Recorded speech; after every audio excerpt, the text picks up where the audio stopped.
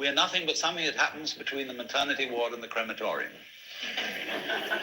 And that's it. And therefore everybody feels unhappy and miserable.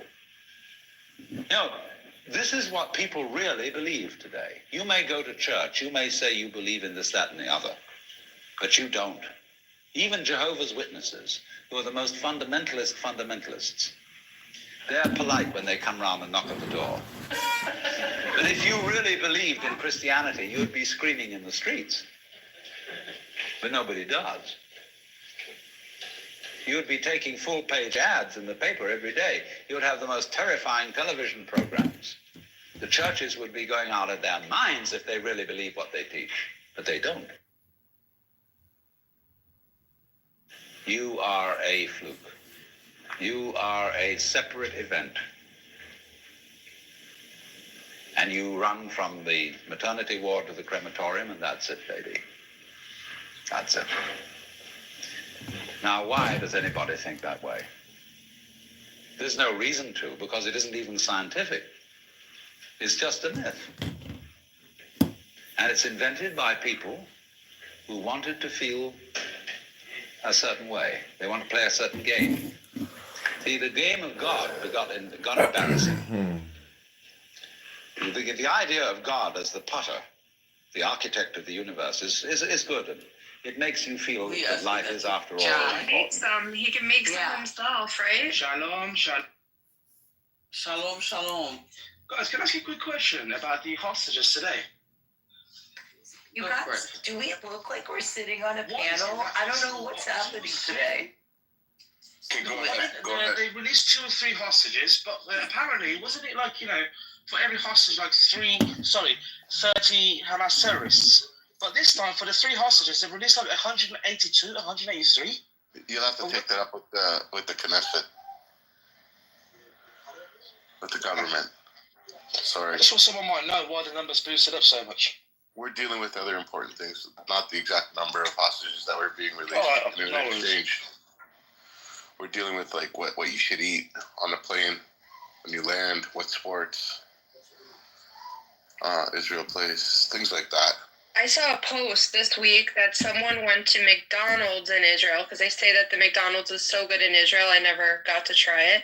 And they brought it on the plane and ate it like a sandwich. I mean, it's crazy because I'm not thinking about food. I'm not thinking about shelter. I'm not thinking about hotel. I'm not thinking about any of that. All I'm thinking about is Hebrew and perfecting Ani Ravaka when I walk out. I just really want that to be apparent so one really shouldn't waste their time worrying about food. Worry about what you want out of your experience there. I want food. I want a man. I want You focus on you, I'll focus on me. Oh, man. Stop eating food. What? Wait, who do you want? The Ayatollah, I wanted to be hanged from his balls. Every single mullah in Iran to be hanged from his balls. That's not a name of any sort of Israeli dish I've ever heard. Oh, no, it's an Iranian dish. It was invented in the last 46 years.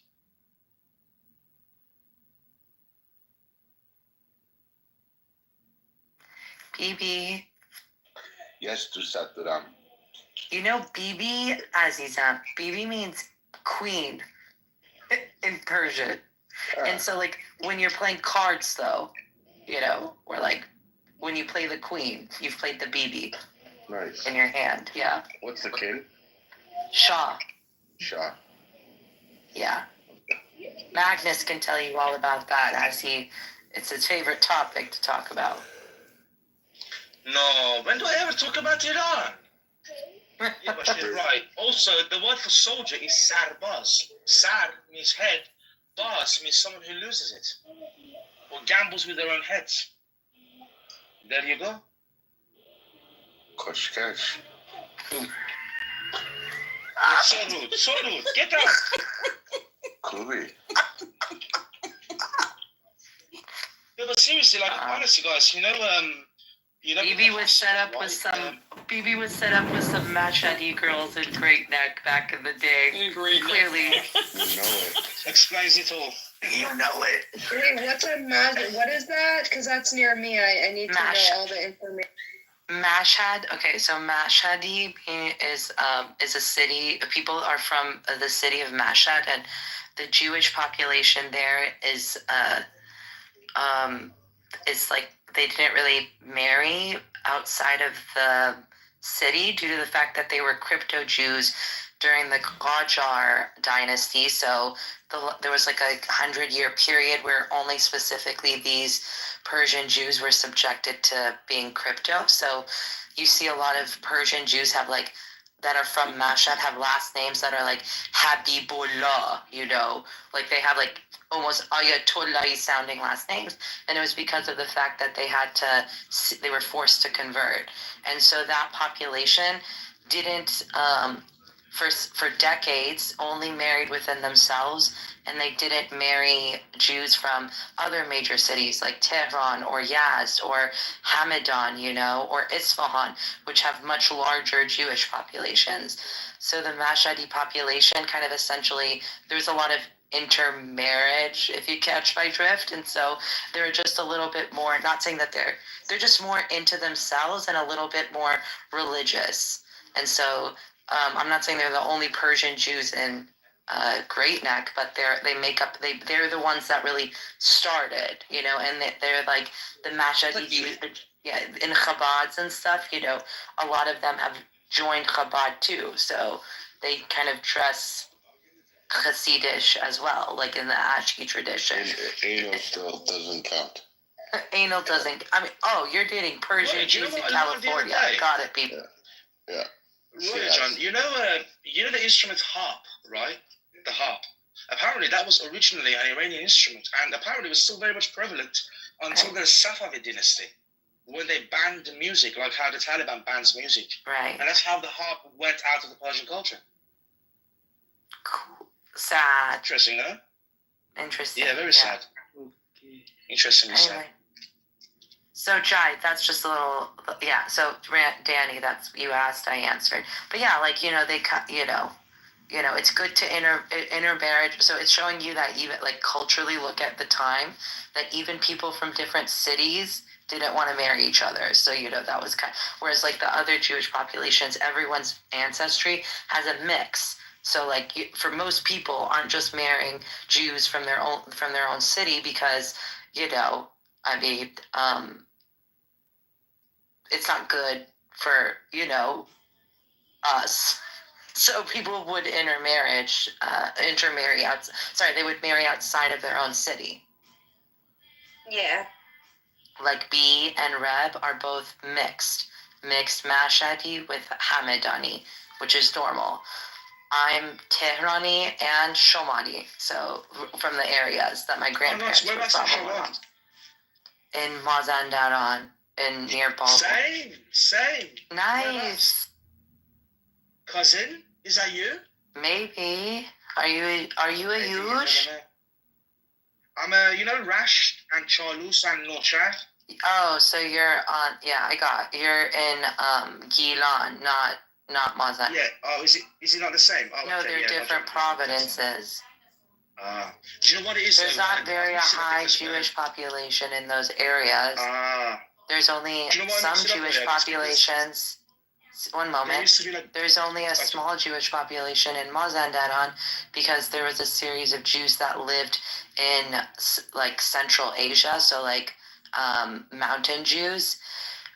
Like some of them did come down to the northern part of Iran, and so that's actually where their ancestry comes from. Not that they actually are part of the Persian Jews that have been part of Iran, there for 2,000 plus years, since the fall of the Second Temple. Anyway, I don't feel like talking about history. I haven't even drinking coffee yet. I just want to say this. The reason I mix up Mazandaran and Gilan is because there used to be one province which was once called Tabaristan, which no one has called it that in over 300 years. Come on, dude. Yeah, that's it. Exactly, yeah. Hey, you don't need to, I'm not trying to have, Jeopardy on, no one cares. Who cares? I don't give a fuck if it was a Persepolis now. Now it's an Ayatollah-infested nothing. So until that changes, I don't really care. Yeah, but you for think, 300 with For all the $300. damages the mullahs have done, do you think Iran has a chance of, rebuilding itself? I don't think Is it beyond Shimi that? or the other people in the room feel like they can contribute to an Alright, Iran-centric conversation. Anyway. But I need to say that, Miss Roya, you have a good history knowledge. Oh, thanks. My parents were really strict about education. Did he say thirsty knowledge? No, about education. Oh, I thought you said you have a thirsty knowledge. I was like, that's a wicked way of flirting. Dude, I literally yesterday was looking at masterclass because I keep getting targeted by like former CIA operatives who are teaching classes on there on how to basically be more strategic and be a better communicator, things like that. And that shit is, yeah, so anyway, that I do like learning. I like learning, as do most people. And I also need to share one point is that your country is very modern, very open-minded society. Can we talk about like actually how it is actually how like Palestinian people are dying? Huh? Can we talk about that? Give me fuck off. Okay, How Palestinian people are dying? we can talk about this later. Why can't we talk about this? No, go ahead, Bella. Marcus, could you just relax? We're gonna Go say ahead, the Bella. word, Bella. Let's do it. Yeah, let's do it, please. Yeah, Can you speak listen to up, Dan. Bella? Can you speak up, Bella, please? Huh? Speak up, please. Can you speak We up? can't hear you. I'm talking. Can you hear me now? Yes, go Yeah, ahead. can you come closer to the mic, though? Slightly closer to the mic. Okay, can you hear me? Is it better? Yeah. Right now. No. Okay. Let's talk about the genocide that's going on against Palestinian people. We don't know what you're saying. You're too much. She's asking about the genocide that's going on. Genocide going on, blah, blah, blah, blah, blah. Right.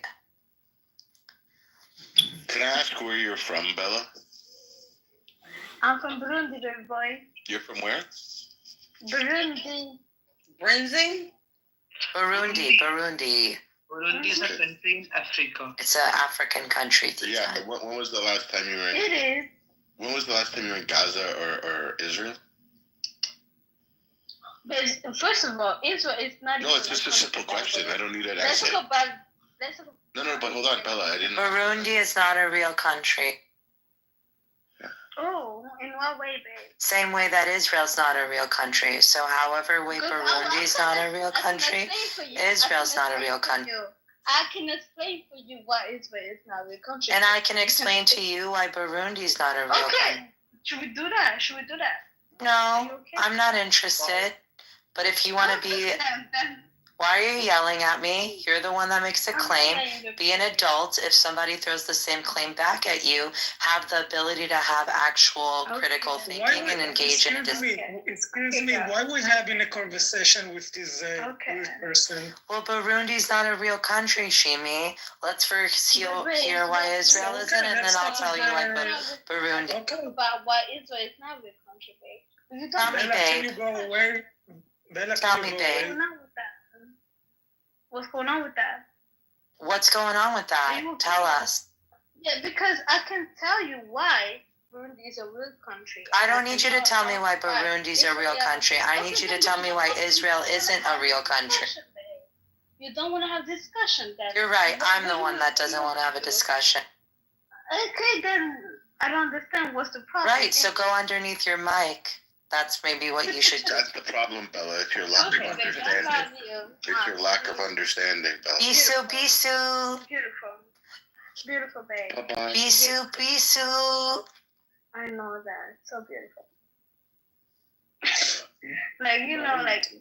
And I know. Bye-bye. Maybe. Batsona. Have a nice day. Enjoy your day, Batsona. Maybe for you, like, it's like. Bye, Bella, go Batsona. away. Goodbye, Batsona. Bella, go away. Go away, Bella, Again. go away. Again, I'm sorry. I have to act this way. I've just reached my threshold. So keep them coming. Next. Don't apologize, Roya. You're the most tolerant person I know.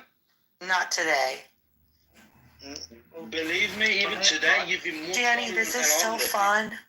This is so fun. I never get to crush watermelons with my massive personality.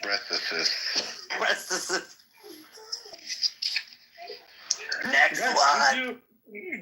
Did you try to eat fava bean soup? Yeah. Do you want me to fart forever, Shimi? What's wrong with you?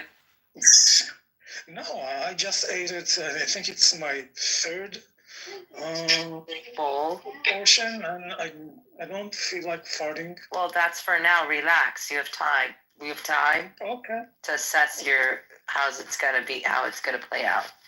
Do you want to talk about that guy in Sweden who got killed for burning a Quran and how that affects the free world, guys? Or is this not in the agenda? Bro, it's 9:30 in the fucking morning. I don't understand how this happens. I mean, it's funny, but it's like totally out of nowhere, you know? I just don't get it sometimes. Roy, I don't get myself sometimes. I was born with a curse of randomness.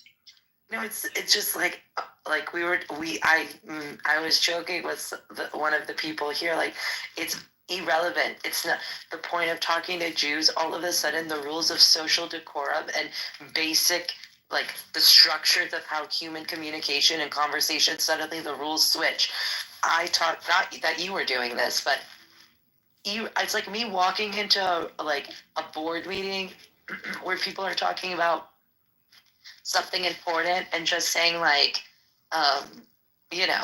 so coming up with just saying the most random thing related to people's identity. I don't understand, and I get it. The room's named is Israel, but I wish sometimes people would be a little bit more cognizant. Don't talk at us about us, just talk with us, and you'll learn about us that way.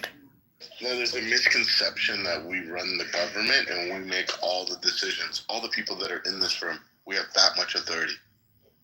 So let me know whenever okay, BB, but all that to the side, totally valid. Please let me know if I'm on call for laser duty, and if I am, which weekends, because I really want to make sure that everyone paid attention to my requests for time off.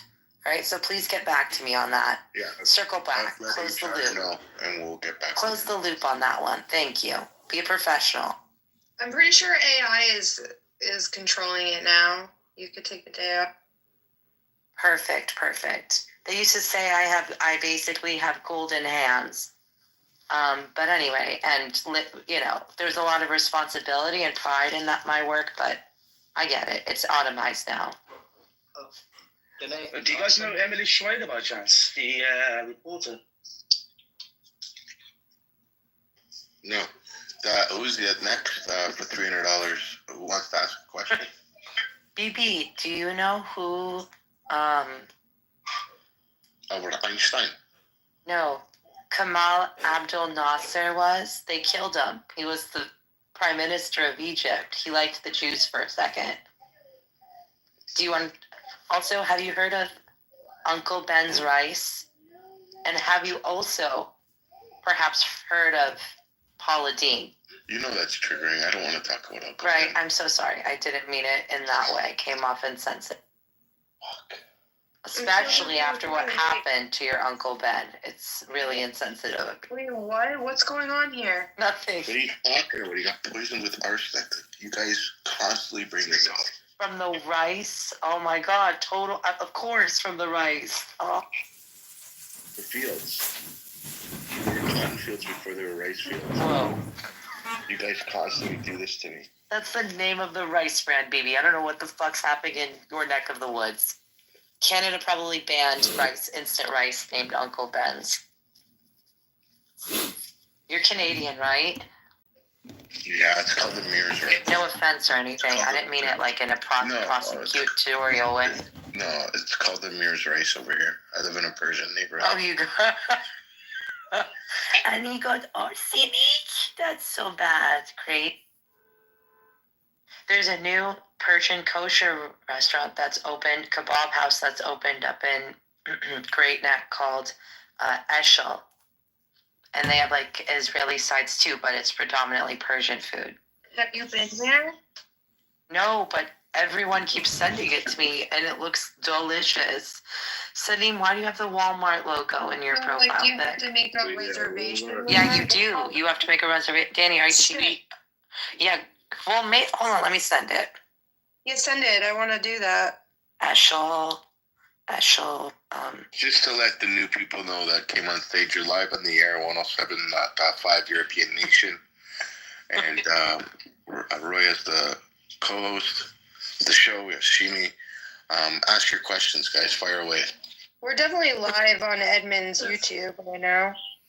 Oh, he's here. When I immigrate to America, can I come to Israel, drink wine with you all, and wear funny hats?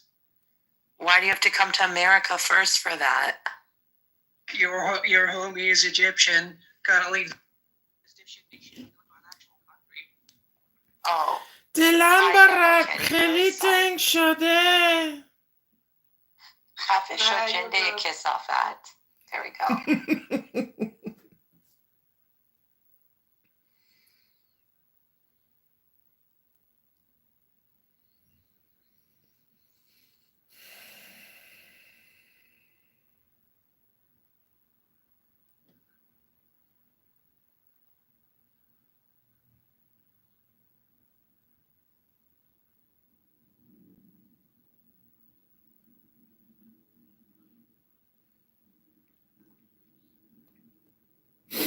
No.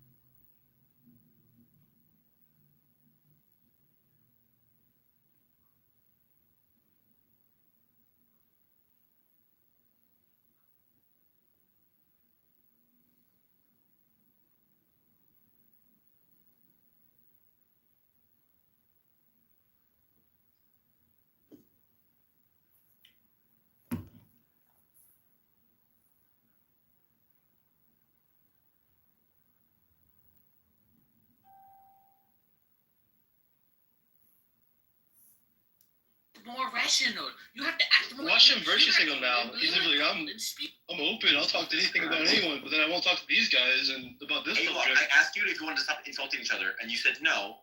And then so I said, okay. Yeah, where's the arguments at, Sam? I've been looking for him all day in the fucking aisle. I said he's found me on.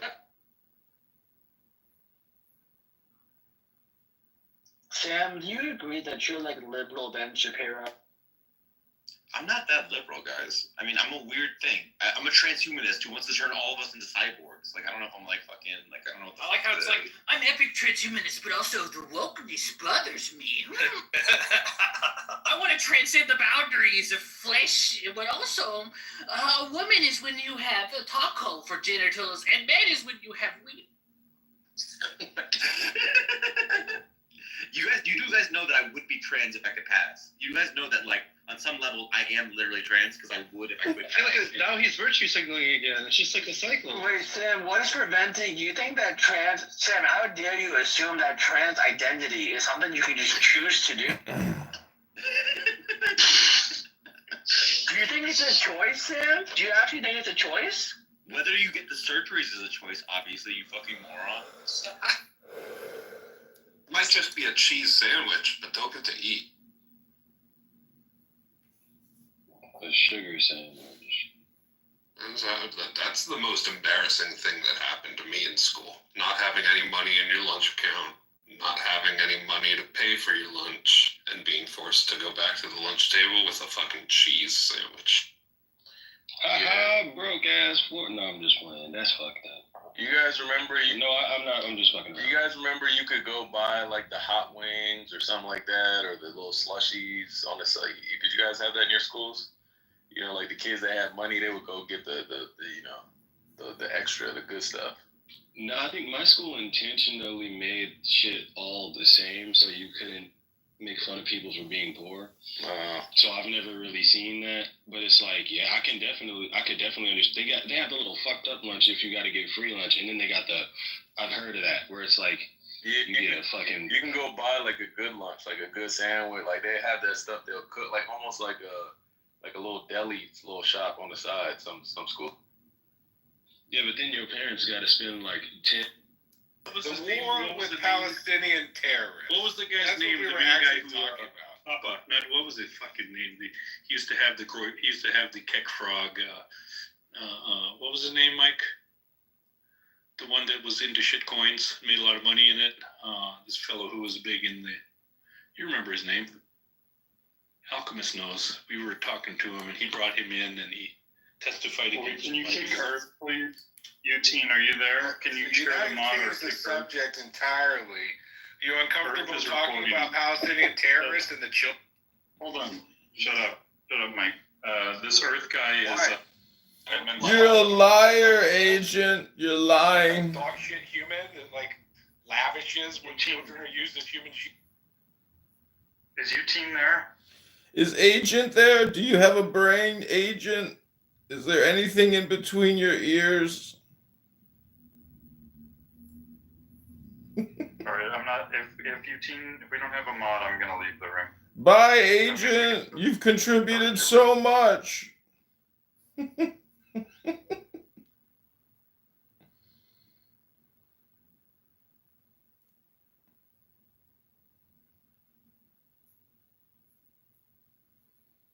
Everybody knows who Earth is.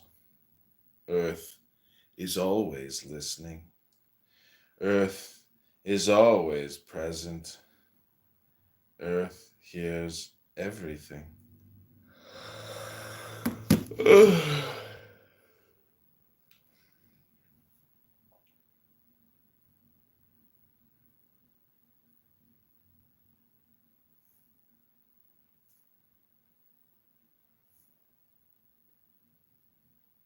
Yeah. Yeah, in the early 20th century, Egypt was actually amazing.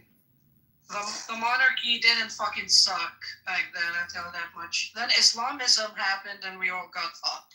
D, welcome to the stage. I don't know. I just think, Roy, you need to be armed. Go ahead, D. Pew pew, pew pew. Get the massage agents in here, baby. We have them on stage right now. Go ahead, D. I am willing to surrender myself. Devil Kitty, you are cool. I'm gonna add you. I like you. And you're smart.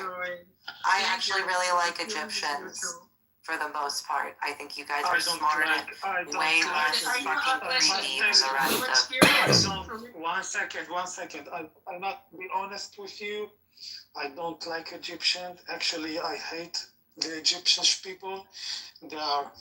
The level of hypocrisy coming from their side, it's unbelievable.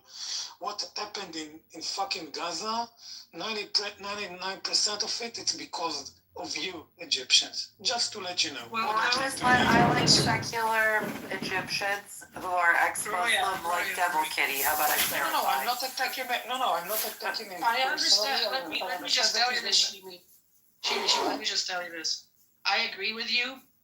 Don't think you're the only one who hates Egyptian. I hate Egyptians more than you ever will. You know, I got doxxed. Listen. I got doxxed 6 times in this application. Every day I get, insults about my mother. They would fucking imprison me if I know I'm an atheist. From the bottom of my heart, I tell you that hate is warranted. You know what I'm saying? I don't give a shit about this country. How does a massage agent get clipped 6 times? That's insane, Phoebe. I have a last thing. Because you're using I'm telling you. powder, not a baby oil. That's where you fucked up. I'm telling you, Roy. You failed the mission, Devil Your Kitty. PTR photo is triggering to me. Why is the middle finger the opposite way? I have no fucking idea. What are you talking about, Phoebe? What opposite way? What do you mean? He's flipping a bird. What are you talking? What opposite way? Like usually, if you were to flip, you look at the PTR photo. It's interesting.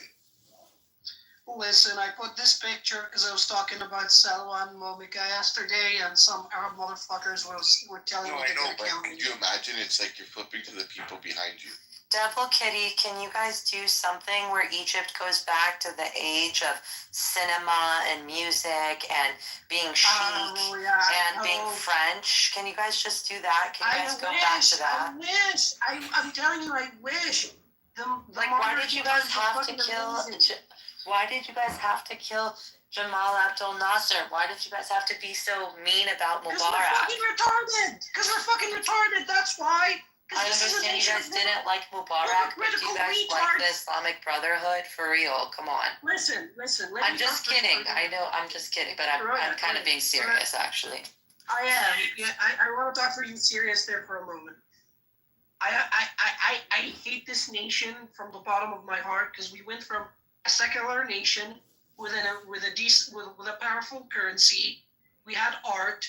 Most of our artists were trilingual people who speak more than 3 languages. Our schools were awesome. Women weren't veiled.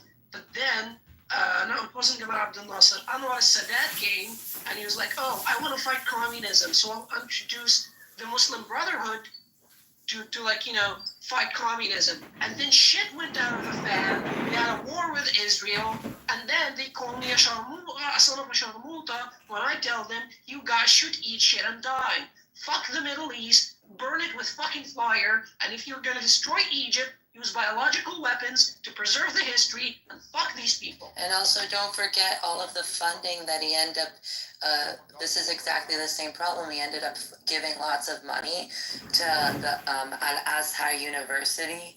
And that's the hub, for those who don't know, of Sunni clerical learning is in Egypt. It's in Al-Azhar University. You're absolutely correct. Yeah, so it really amplified their position and their power within Egypt at the time. Can I say something real quick? Of course, I just wanted to add.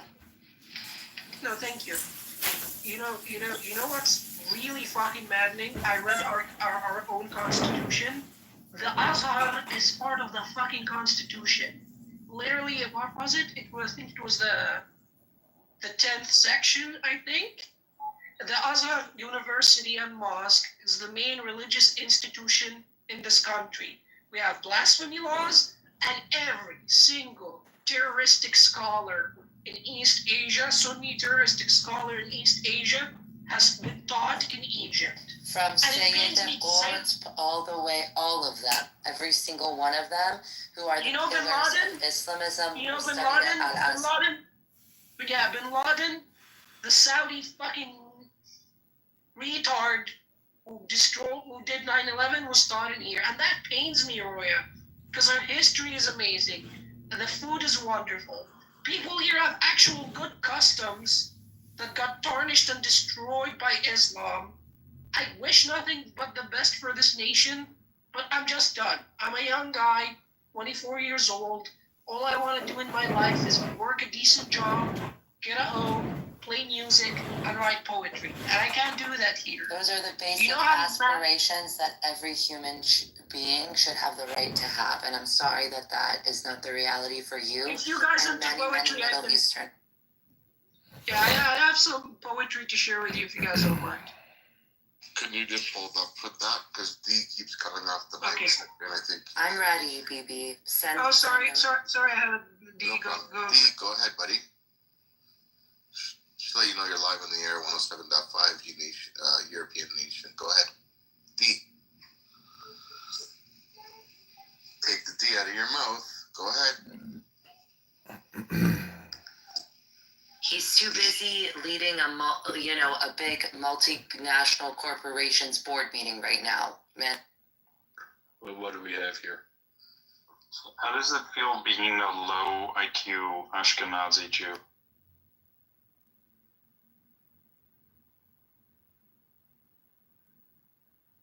The Jews are so smart they can make money on their own. Only the worst have to scam others, like Frager. Pork chop. I didn't know about the scamming. I did not know about the scamming. That's Frager's a grifter.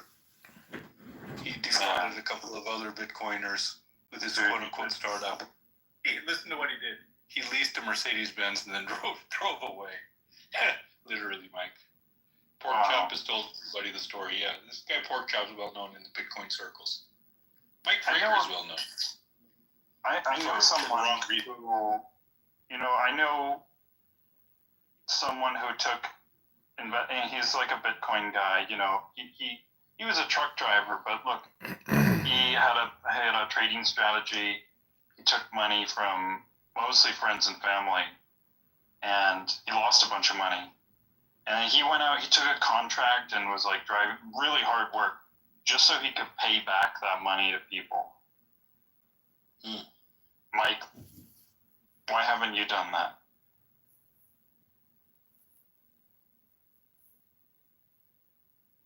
I can speak for Mike. It was a business deal. It was the risk that they put up. It's too bad. The business is now over. And so in a sense, it's not quite a scam, but it is a pump and dump. He took a dump all over his friends in the community. And now he leases a Mercedes. Was this Wisdom Book might be, It's not like you guys ever do projects of any kind. Yeah, I've done Wisdom Book. You don't know who you're talking to, man. What's wrong Who's with Wisdom Book? There's You guys have been on here for there's years. like three project. in this.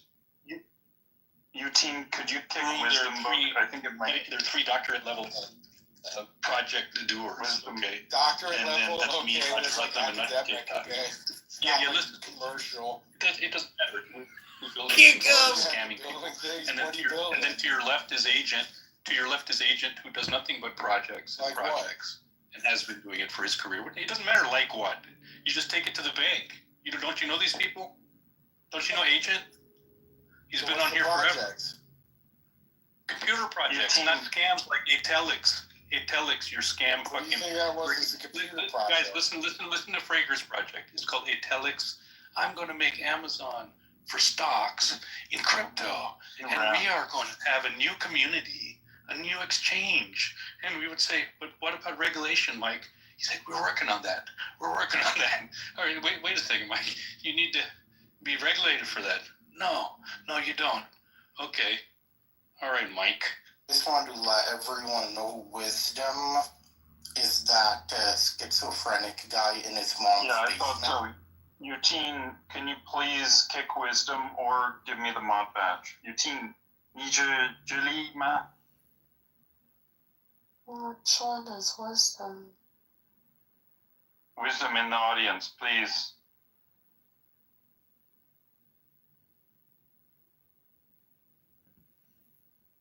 Kick Wisdom. Block.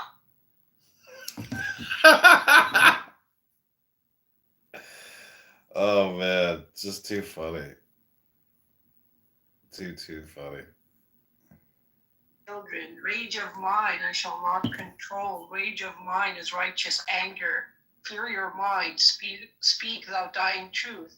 My dear brethren, fear not salvation, for none comes your way. Live life, sorrows filled within it. Live with a smile, with a sarcastic figure, with a renounced spite. Thank you. Beautiful. Thank you for sharing. Now you understand where my name came from. Totally. Also, before I go, because I have to go now, shout out to my sister Aya downstairs. Love you, big sister. Aya's our sister too. Aya is an OG in our groups. Yeah, the associate in the Hebrew and associate.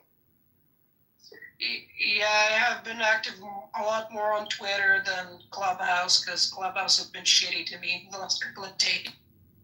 I got banned for a month for saying a racist slur to a terroristic Arabic man. Happens.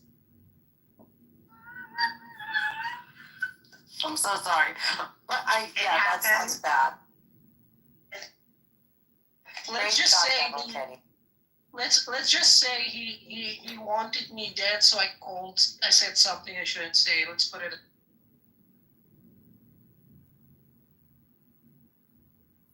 All right, have a good one, everybody. Bye, Devil. Need some stretches before the massages. Have a good day, bro. I fucking hate you. Have a nice day.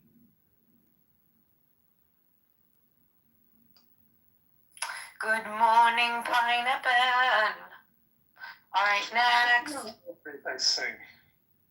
Very popular. I've blocked a lot of them. I said peculiar repeat, I sing. He was on the spectrum, Shimi. What? Can't you tell anymore? He's a massage agent. Everybody here is on the spectrum. I mean, it's better to point out everyone else's issues than our own. Why do we keep, it doesn't have to be about us. Let's love ourselves. We should do an exercise. Like everybody just stand up and give yourself a big hug. Baby, you really didn't think I liked you? That's crazy. I was hurt. Shut up, you stupid liar. What are you talking about? I was hurt. Liar. I'm not. I was hurt. And this morning when you said you're iron deficient, I felt anguish. I could do something, but. You know what? Don't feel anguish. Just let the dots connect at that point. Missing piece. That's right. Click, click, click. Yeah. Bring that disgusting anti-Semite back in here, D. Bring him back. I have energy. Right now. You caught me on a high. Bring him back. She's gonna roll.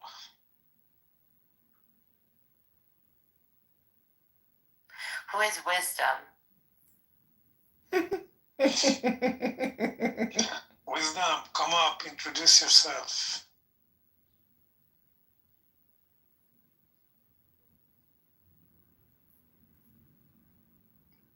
Rena. Right, yeah. Rena, when they come up, you say, nuh-uh. All right. Hi, Wisdom. How are you? Nuh-uh. Rena, Wisdom, introduce yourself. Bestow some wisdom. We don't understand. Well, we can't. The sign language isn't working. Can't see you. Strava, can you come up?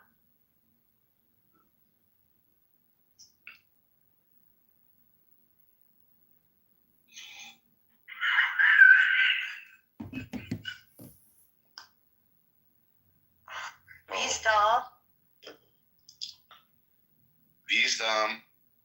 Yalla, Wisdom. Oops, I'll be back. No. Troy is going. I'm going.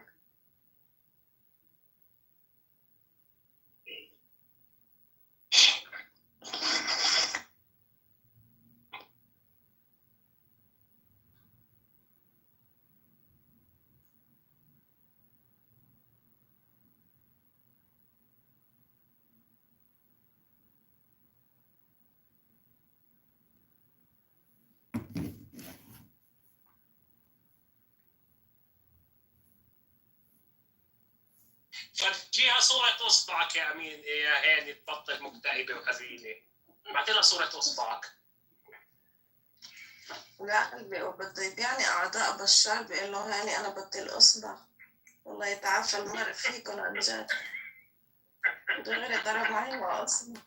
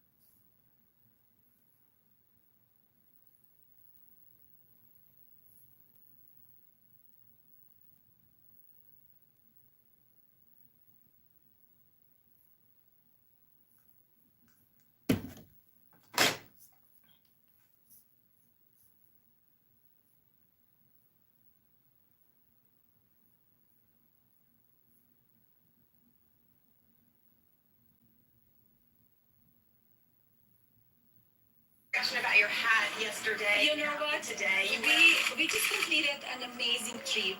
We went to Ghana, we went to Malawi, we went to Kenya. Here we are in Egypt. I want to talk about my trip and not what I wear, and that's very.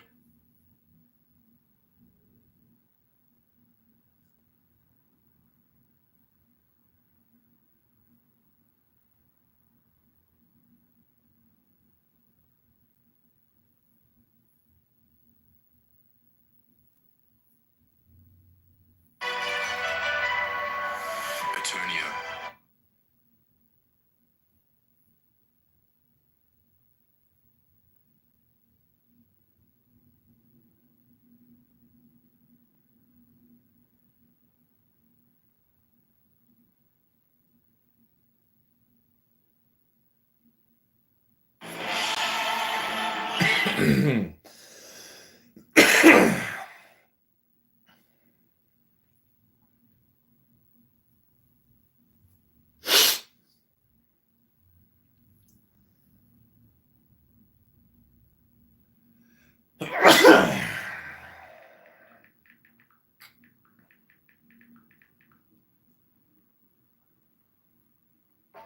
Hi, we're Charity Water.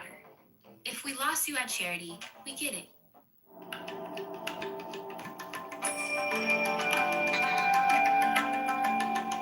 Last week's talk, clinical experiment. Because both are interested in changing states of human consciousness.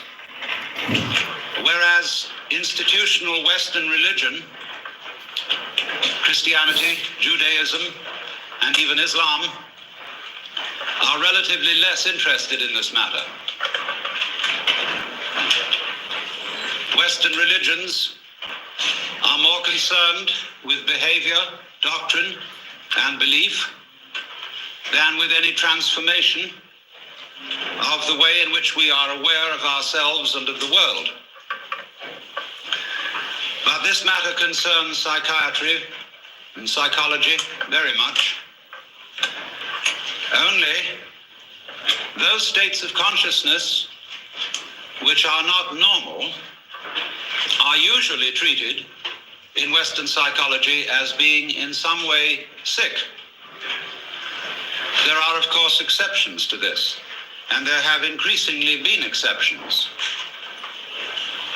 in the work of Jung, and to some extent even of Grodek, of Prinzhorn, of more modern people, Rogers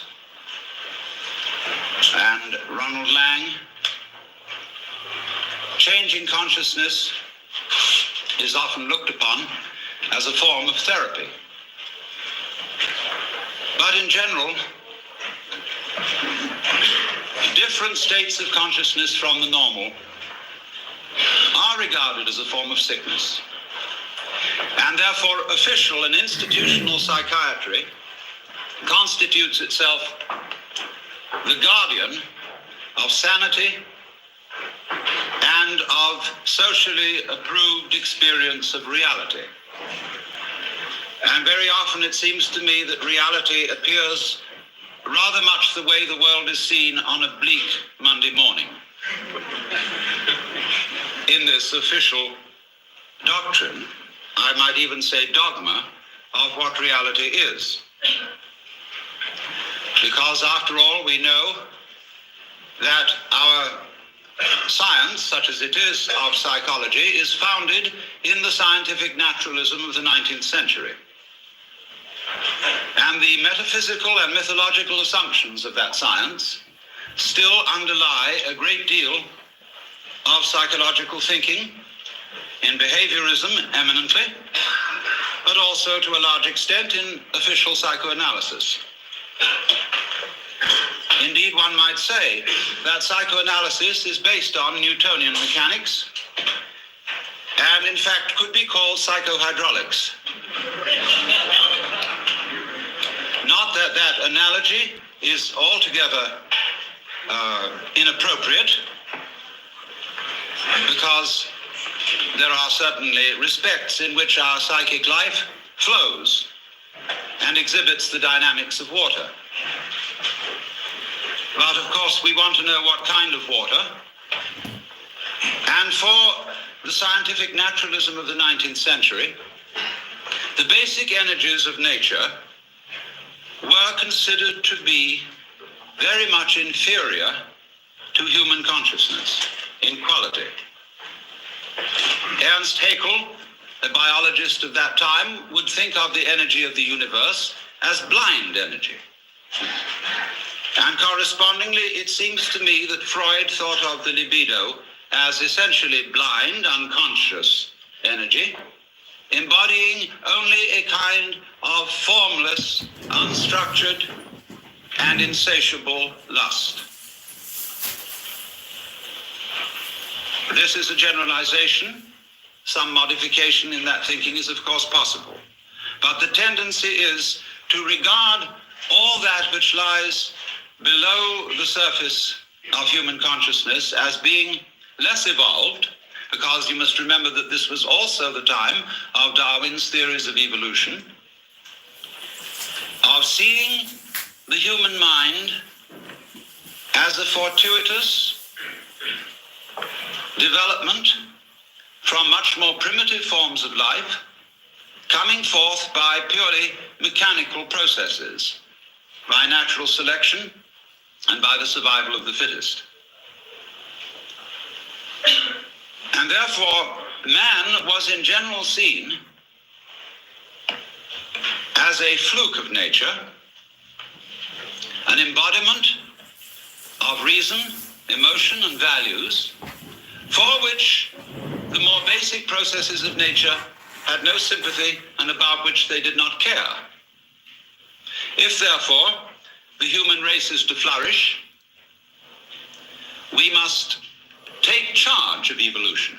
It can no longer be left to spontaneous process, but must be directed by human ingenuity, despite the fact that although our brains are capable of dealing with a colossal number of variables at once, our conscious attention is not. Most people cannot consider more than 3 variables at the same time without using a pencil. And this shows that in many ways the scanning process of man's conscious attention is very inadequate for dealing with the infinitely many variables, the multidimensional processes of the natural universe. However, a serious attempt has been made, and scientific naturalism issued in a fantastic fight with nature. In this whole notion of the conquest and subordination of nature, which has, as a matter of fact, very ancient, non-scientific and biblical origins, with the idea of man as the head and chief and ruler of nature in the image of God, And the time has now dawned upon us all when our attempts to beat nature into submission are having alarming results. Because we see that it's very dangerous to mess around with processes that we don't understand, that have enormous numbers of variables, and we begin to wonder whether we hadn't better let well enough alone.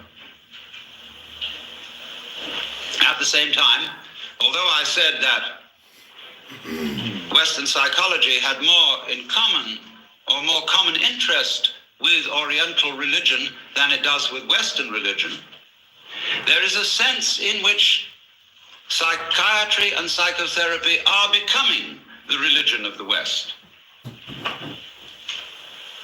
Psychoanalysis has much in common with the forms and procedures of institutional religion.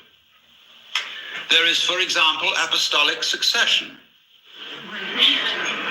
the passing down of mana, of qualified power to practice therapy from the father founder, Sigmund Freud, through his immediate apostles, to an enormous company of archbishops and bishops,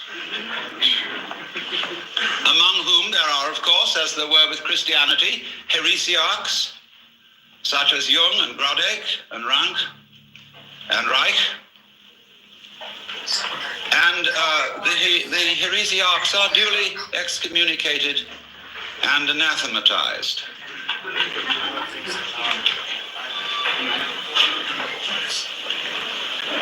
There are rituals, as there are also rituals with religion. There is the sacrament of the couch. There is the spiritual discipline of free association. There is the mystic knowledge of the interpretation of dreams. And there are also the two great symbolic fetishes, the long one and the round one.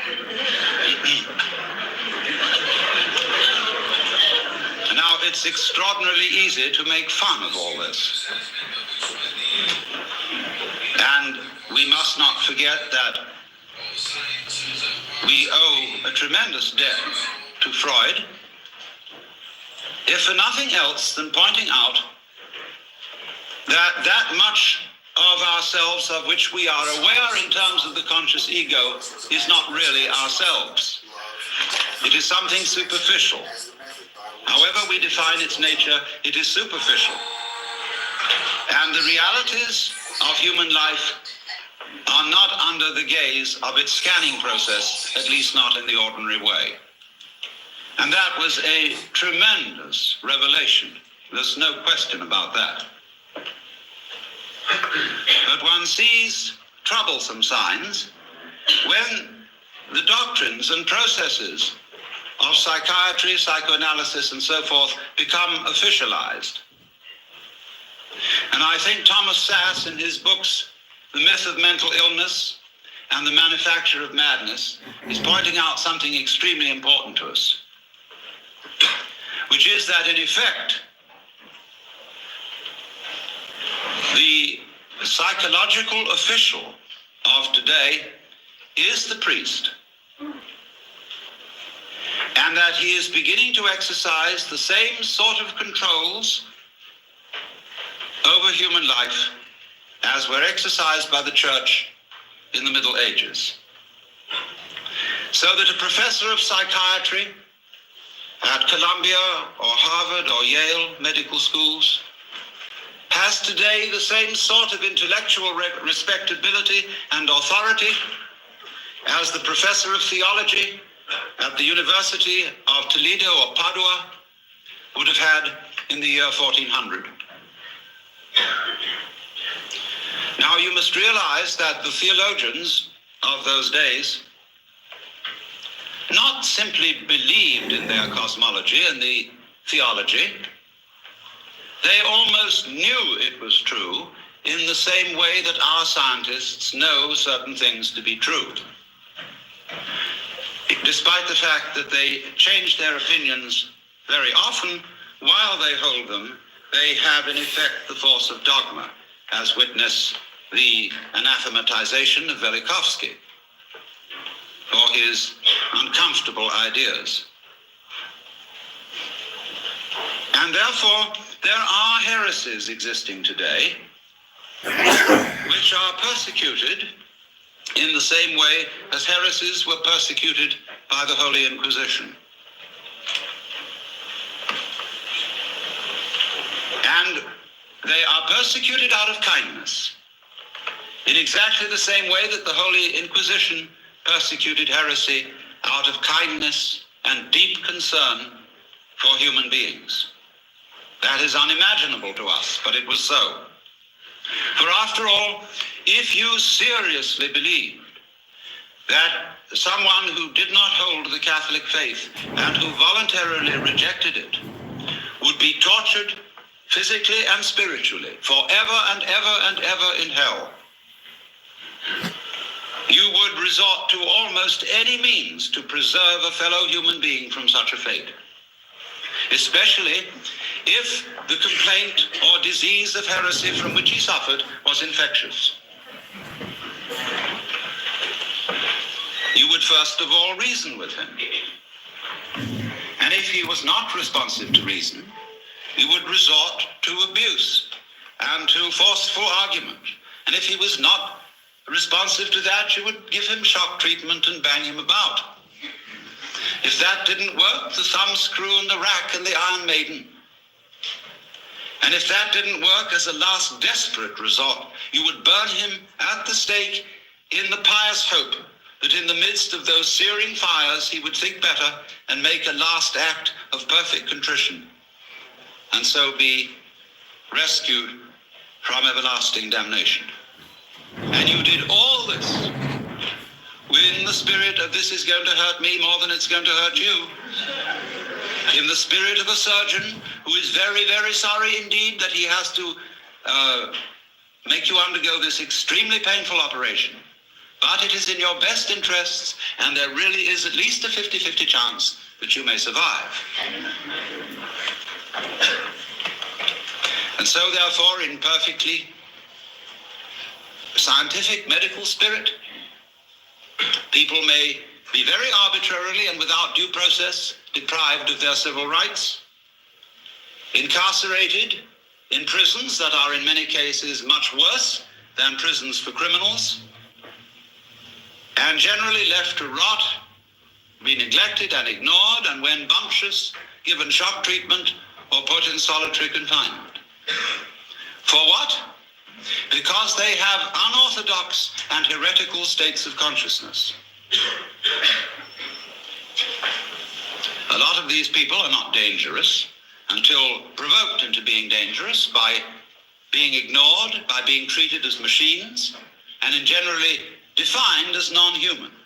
And if you are defined as non-human, there's precious little you can do about it, because everything you say that sounds human will be taken as a kind of utterance of a mechanical man, as imitating humanness out of lunatic cunning.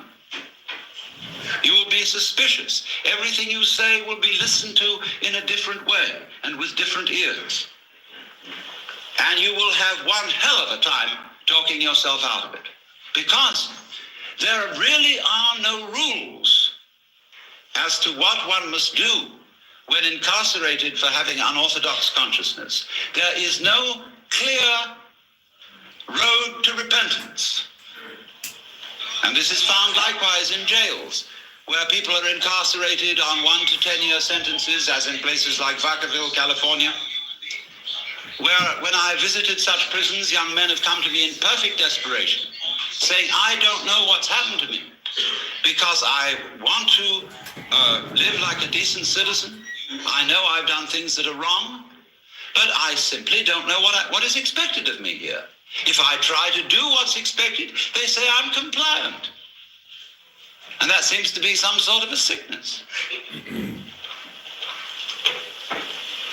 Thomas Sass drew attention to this when he quoted a discussion of the types of school children who may very well need therapy. There were overachieving children. There were underachieving children. There were children who exhibited erratic patterns. There were children who were sort of dully mediocre. In fact, every sort of child can be given a diagnostic name for his behavior which sounds sick. As Jung once suggested, life itself is a disease with a very poor prognosis. It lingers on for years and invariably ends with death.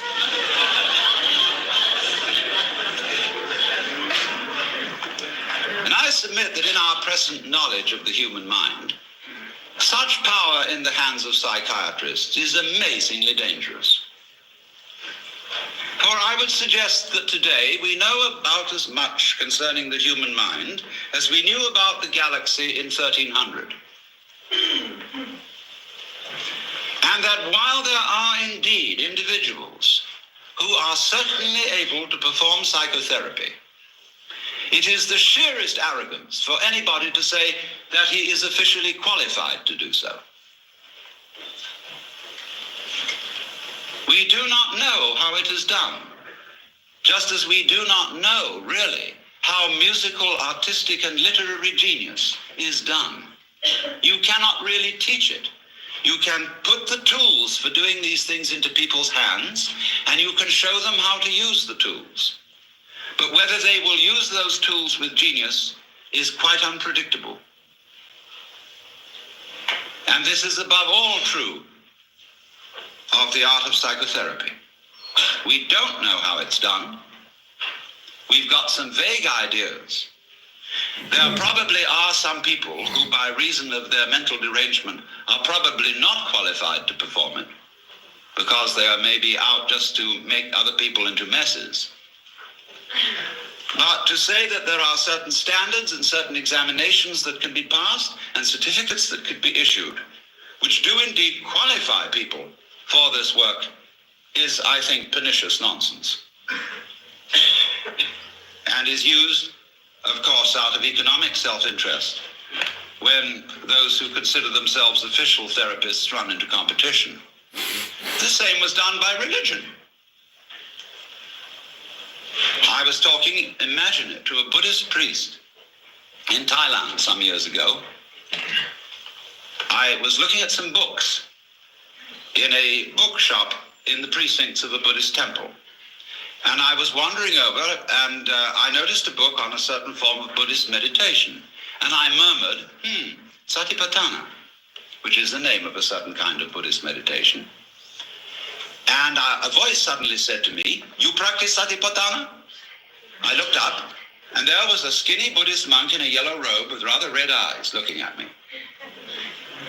I said, "Not exactly Satipatthana. I use a different method. It's called Zen." "Oh, Satipatthana, not Zen." I said, "Oh, well, it's something like it, isn't it?" "No." "Well, it's rather like yoga," I said, "isn't it?" "Not yoga. No, Satipatthana different. Only right way." "Well, look," I said to him, "I have a lot of Roman Catholic friends who tell me that their way is the only right way. Who am I to believe?" "You know," I said, you're like someone who's got a ferry boat for crossing the river." I used the Buddhist simile. "And another fellow down the stream has opened up ferry business. And you go to the government and say, he's not authorized to operate a ferry boat because he's competition to you.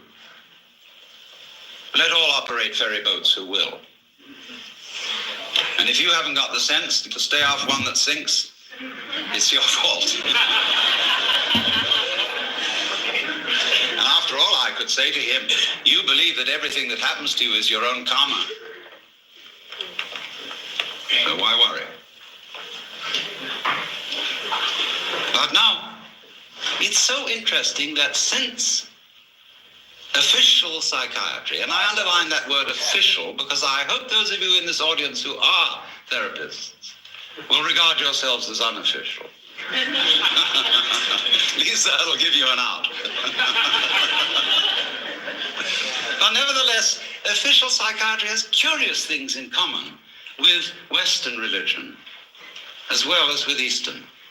With Eastern, I said, only insofar as it has an interest in states of consciousness and inclines to regard other states of consciousness than the ordinary as sick. But it has one very important feature in common with Western religion. And to that, we have to go a little bit into Western religious history and ask ourselves what in Western religion, and especially in Christianity, and this goes also for Judaism, Islam, what is the great heresy? Curiously enough, the great heresy was first in the West committed by no less a person than Jesus Christ, who believed himself to be God. This, of course, will be unquestionably true if you think that the Gospel of St. John has historical value. It's a little vaguer in the Synoptic Gospels, but if you read the Gospel of St. John, there is absolutely no doubt about it, for he said, I and the Father are one. He who has seen me has seen the Father. Before Abraham was, I am. I am the way, the truth, and the life. I am the resurrection and the life. He said all that according to this gospel. And that is something that in the Western world you are not supposed to say. And especially you are not supposed to believe it. And naturally it was very difficult for Jesus because he was saying all this in the context of the Hebrew culture. And he tried to find language in the Hebrew scriptures with which to express his state of consciousness, because he had an unusual state of consciousness. As I read it, he had cosmic consciousness, otherwise known as mystical experience, otherwise known as moksha, nirvana, bodhi, satori, fana elfana, or what you will. And that happens to people. It has happened as far back as we know. It happens all over the world and in all cultures. We don't know very much about it. We don't really know ways in which to make it happen, because it seems to be of the nature of it that it is a spontaneous surprise. But it unquestionably happens. And most people keep their mouths shut about it when it does. I had a friend who, in the middle of having a stroke, had this illumination.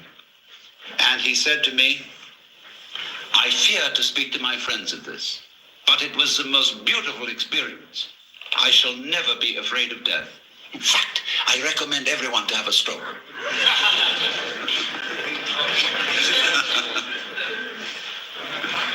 This was my friend Jean Varda, lately deceased Greek painter.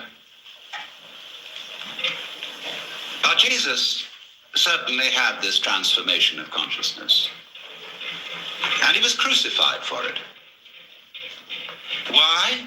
Because he had committed an act of insubordination and treason against the cosmic government. Because if you believe that God is a monarch, an absolute, omniscient, and omnipotent authority, shall we say a sort of cosmic ego, then to claim to be that is to introduce democracy into the kingdom of heaven, to usurp divine authority, and to speak in its name without proper authorization. And they asked Jesus, by what authority do you speak? Of heaven or of men? And he was tricky about answering that one. He said, by what authority did John the Baptist speak? And they were nervous about answering that one.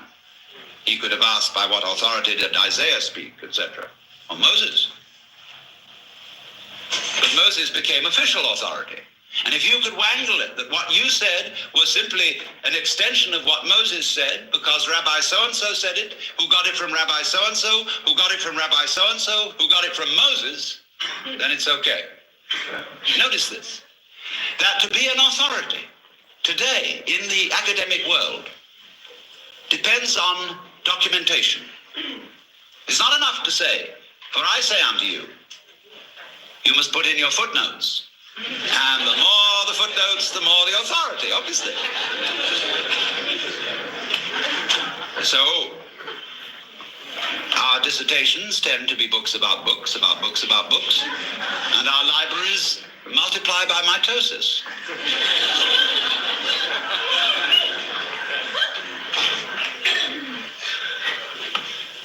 So, when somebody speaks as an authority, that means speaks as the author. That's all it means. It's a statement of which you are the author, and therefore for which you assume responsibility. That is to speak with authority. And to be original is likewise not to be freaky, but to speak from the origin. That is what Christians mean when they say to speak in the Spirit, to have your mouth possessed by the Holy Spirit, as they believe the mouth of Jesus was possessed by the Holy Spirit. So the gospel of Jesus, which of course was hushed up from its inception, was that wake up everybody and find out who you are. Asking that, again in the Gospel of St. John, they, pointing to his disciples, may be one, even as you, Father, and I are one. And when he was accused of blasphemy, the Jews took up stones to stone him, you know. And he said, many good works have I shown you from the Father, and from which of these do you stone me? And they said, for a good work we don't stone you, but for blasphemy, because you being a man make yourself God. Now listen to the reply. He said, is it not written in your law, I have said ye are gods? And if that is what the scripture says, it can't be denied. So why do you tell me I blaspheme because I say I am a son of God? No answer. Because I said I am a son of God. It doesn't say that in your King James translation. It says I am the Son of God. And you'll see the "the" italicized, and you will think that that is for emphasis if you don't realize that passages in italics in the King James Bible are interpolations by the translators. So, son of, in Hebrew and in Arabic, means of the nature of. When we call someone a son of a bitch, we mean bitchy. And so if you call someone a son of God, you mean divine. Of the nature of God. As the Nicene Creed subsequently defined it, he is of one substance with the Father.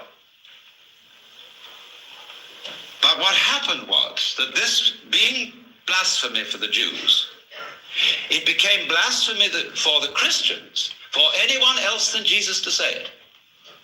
They said, okay, baby, it was so with you, but there it stops. No more of this business. And as a result of that, Jesus was made irrelevant by pedestalization, by being kicked upstairs.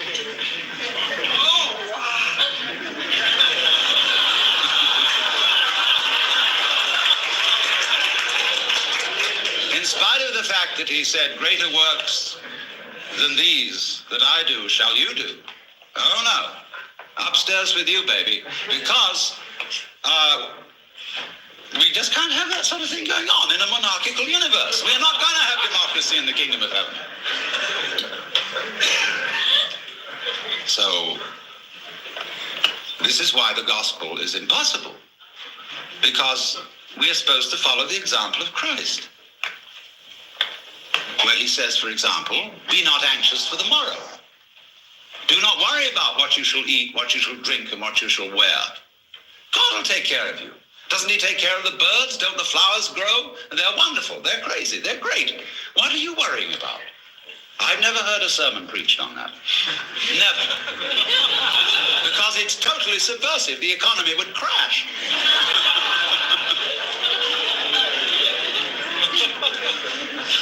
So they say, oh, yes, that's all very well, but he was the boss's son. See, he had that colossal advantage. Take Take up your cross and follow him. Hey, but... What up, Zach? What's up? This is your Shabbos Goy Shabbos detection system letting you know that you are in violation of Hashem's Shabbos protocol. You have been detected as a Shabbos breaker. Please return to Shabbosing immediately. I went to jiu-jitsu. I'm undergoing a process of spiritual and mental and physical healing. Yeah, that's good. I would just say, jiu-jitsu's fun and all, but like, I don't know. I just kind of have given up.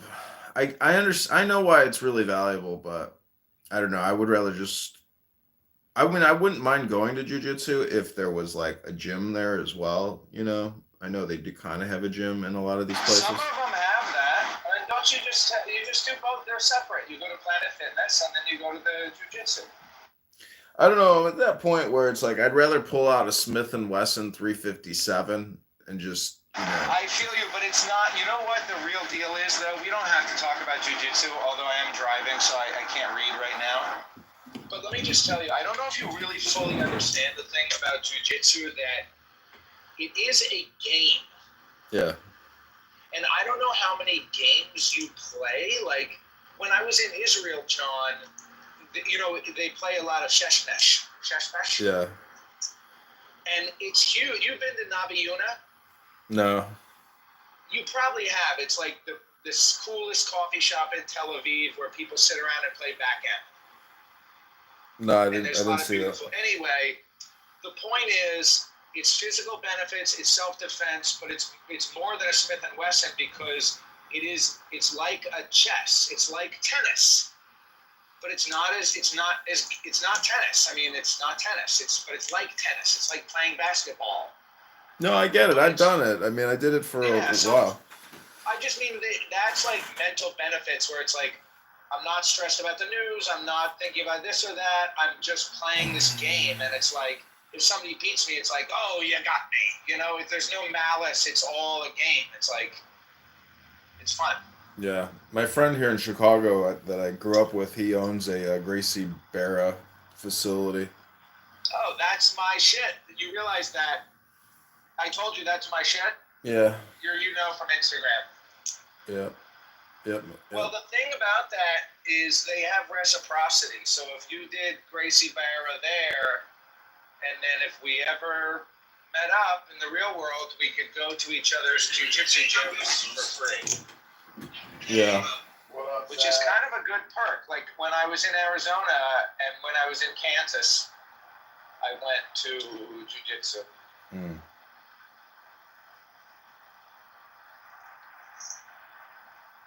Anyway, the only thing that's wrong with the world is, the crazy fat lesbians, the hateful racist extremists, and everybody in between. And other than that, everything's perfect. It's a beautiful day. Yeah. Yeah, it's beautiful outside right now. It is beautiful. Snow? No, it's like, I don't know, maybe upper 40s, lower 40s. It's great. Oh, wow. Sunny. No snow. Yeah, I'm going to go to the gym in a little bit. Nice.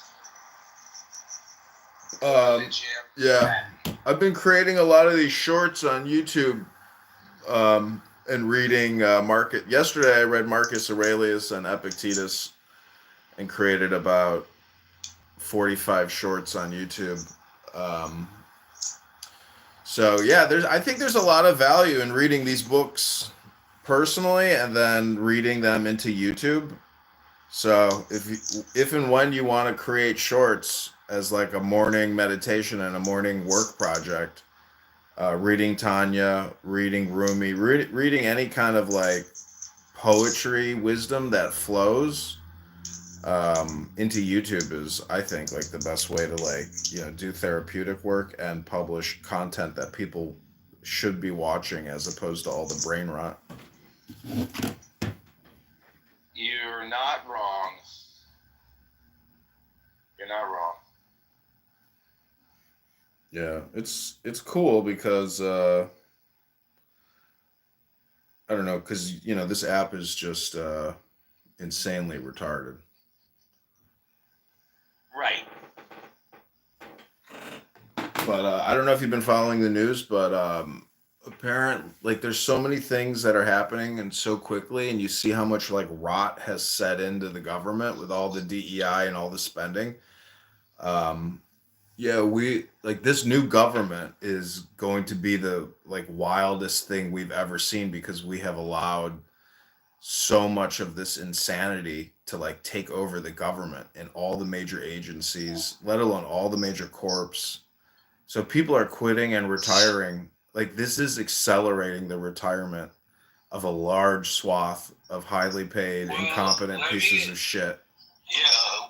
Well, let me just say with some. I agree with you. It is going to increase in volatility. We're going to see so much volatility, right? Tariffs are starting February 1st, right? Canada, Mexico, right? There's a lot of things at play. It's gonna be a strong number of years, and yeah, I mean the volatility is definitely there. You know, like if you want to make a really good play, it calls on the VIX. I know that sounds pessimistic, but after I heard the tariffs, I'm like, all right, we're throwing calls on the VIX, right? So, yes.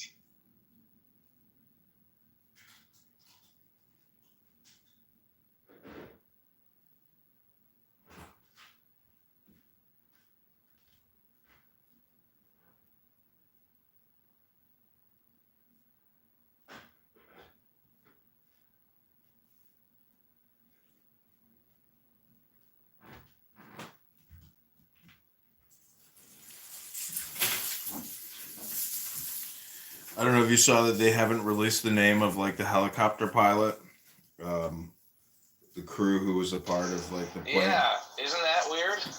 You know why, right? Because the name was Yolanda. Yeah, it was probably a trans. It was probably Shaquana. What makes you think that transgender people can't fly planes? Would you rather have a transgender pilot or a the other one? Well, it's just, it's showing that things have gotten so. It's not things have always been fucked up for a long time now. So it's like, I saw somebody on X said, if you take a shot at the king, you best not miss. So whatever Trump and JD Vance are going to do, like, this is the biggest moment in American history in, fucking 30 years. And I mean, I wouldn't be surprised if there's like, major T attacks in this country because people can't handle the changes that are coming. And so there's like a reactionary movement of insane, trans lesbians waging war. What was I going to say? Oh, first I was going to tell you I saw a meme that was like these two black ladies in the cockpit wearing pilot uniforms. Did you see that meme? Yeah. Beeping? I didn't hear no fucking beeping. That was fucking hilarious. Hilarious. Okay, and also, did you see the plane crash in Philly? Yeah, that was wild too. I mean, that looked kind of like a missile. I mean, was that a plane crash or was that a missile from outer space? Yeah, it was a plane. Oh, it looked like a missile. It was a big, it's amazing how much force. I mean, even 9/11, like you look at the commercial airliners that went into those buildings, like when you go into a major skyscraper, you realize that if there's an impact at the top of that thing, it's not going to pancake just because there's a major impact at the top. So, like, I don't know. To me, the events of 9/11 are need to be thoroughly, opened up, because I think that until we admit 9/11, we're still living in a deception. And I mean, there's just no way 3 buildings came down from 2 planes. No fucking way. What? Yeah, what was the pilot's name? He says Shaquana Davis. I don't know. I don't know. Wait, was it really a woman pilot? Do you know the name of the pilot? I don't know. It was a monkey pilot. Did you see they also arrested a Federal Reserve employee for selling state secrets to China? No, I didn't see that. I believe that. There's so much on there, you know, and they also kicked out all the major news agencies from the Pentagon. There's so much going on in X. There's so much information on there. It's like without X, you wouldn't even be able to keep track of what they're doing. And man, I mean, holy shit, Trump. I don't even know how Trump won this election. I really don't understand how the fuck there wasn't a protracted legal battle because they weren't able to pull off a fraudulent election. John, I'll tell you something that I read this morning. As many as 40% of the non-citizens present in Maine may have voted in the 2024 elections or had votes cast in their names. This figure is based on data from Maine's Central Voter Registration and Maine Care. As many as 40% of the non-citizens present in Maine, including those who entered the United States illegally and those with legal alien status, may have voted in the 2024 elections or had votes cast in their names. And so what that tells me, if there's a lot of, I don't know if there's a lot of illegal immigrants here, but there's a lot of immigrants here. And if 40% of the illegal immigrants that are present in Maine voted, I know that all of them voted Democrat, and that makes me think that if we hadn't had all the votes from illegals, that we would have seen perhaps the greatest landslide victory for Trump in American history, because the average American citizen is rejecting the bullshit policies of the progressive movement that has dominated the Democratic Party over the past 10 or maybe 20 or 30 years, but especially the past 10 years. I mean, the American people have rejected the nonsense of critical race theory, of fat acceptance, and all this transgender bullshit, like all of the bullshit. I would say that way more Americans voted for Trump than we think. Did you see? How Trump won. I agree. Did you see the? Did you see the Bernie Sanders and RFK senator Do confirmation? you support these onesies? Would you wear a onesie? And Zach, you know what's crazy? A lot of the people that voted for Trump the first time around, they formerly were Democrats, like back in the day. But it's like with how things have just kind of been like pushed, the whole like trans thing, the super. Well, listen, if you're not a Democrat below the age of 30, you're a racist. And if you're not a Republican above the age of 30, you are an F-word, N-word. So Zach, are you gonna run for like an office? You know, maybe just local council or Congress, because like your state is wide open for somebody like yourself to take political action, get the signatures, get on the ballot, and run for office. I would vote for Zach. I would relocate. Not you, motherfucker. I'm talking to Zach.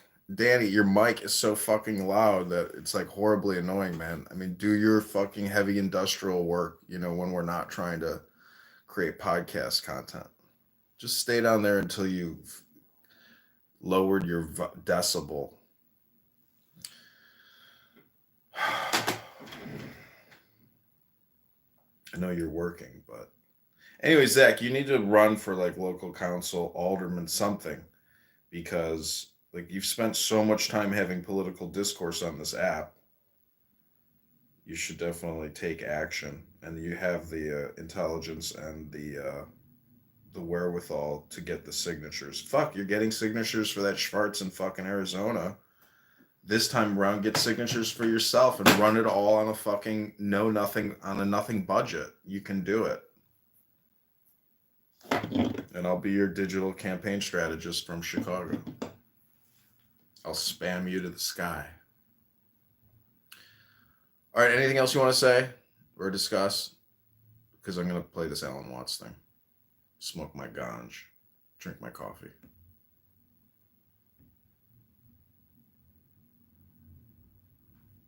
Wait a minute. I don't know I'm going to be resurrected 3 days later. I can't do all those miracles.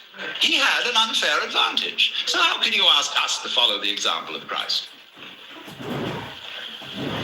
But supposing he didn't have an unfair advantage.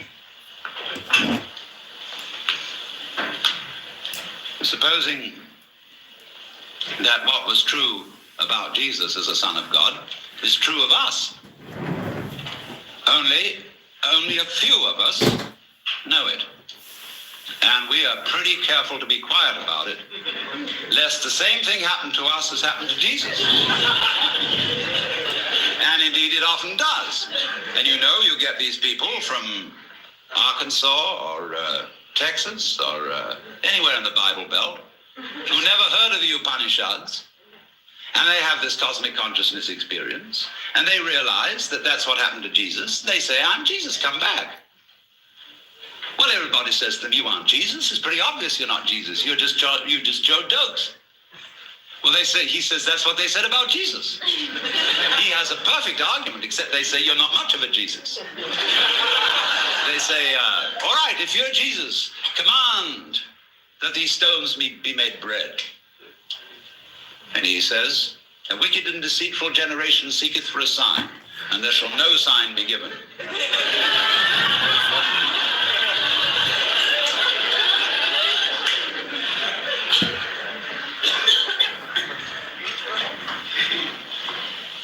Now, why talk about this? Is it interesting? Is it important for the human being to realize that in some sense of the word, whatever it means, he is God or one with God? As is plainly taught by the Hindus, hinted at by the Buddhists, only they don't like to put it out as a concept, in case people will use the concept as an idol to hang on to. They want you to find out for yourself and not believe in it. And certainly the Taoists understand it, the Sufis understand it, a lot of people understand it. What vitamins we need to get? But so what? Well, the importance of it is this, that to know that you are God is another way of saying that you feel completely with this universe. You feel profoundly rooted in it and connected with it. You feel, in other words, that the whole energy which expresses itself in the galaxies is intimate. It is not something to which you are a stranger, but it is that with which you, whatever that is, are intimately bound up. That in your seeing, your hearing, your talking, your thinking, your moving, you express that which it is which moves the sun and other stars. And if you don't know that, if you don't feel that, well, naturally you feel alien, you feel a stranger in the world, and if you feel a stranger, you feel hostile. And therefore, you start to bulldoze things about, to beat it up, and to try and make the world submit to your will, and you become a real troublemaker. So I feel also one reason why you become hostile is that feeling that you were just brought into this place, that your father and mother went up to some monkey business that they probably shouldn't have done, or it was bad rubber goods, and as a result of this, here you are, and you didn't ask to be here. Well, you always feel you can turn around and blame them. You can blame somebody. You can blame the government. You can blame the rascals. You can blame the cheaters. Always supposing you yourself aren't a rascal, which is a long odds. You always can blame someone and say, I didn't ask for it. Take it away. And yet, very few people are all too ready to take it away. Camus said that the only serious philosophical problem is whether or not to commit suicide. And if you don't say take it away, what are you going to do? You've really got to assume responsibility for it. You've got to say yes to what happens. It's my karma. And that doesn't mean merely, there are many misinterpretations of the doctrine of karma.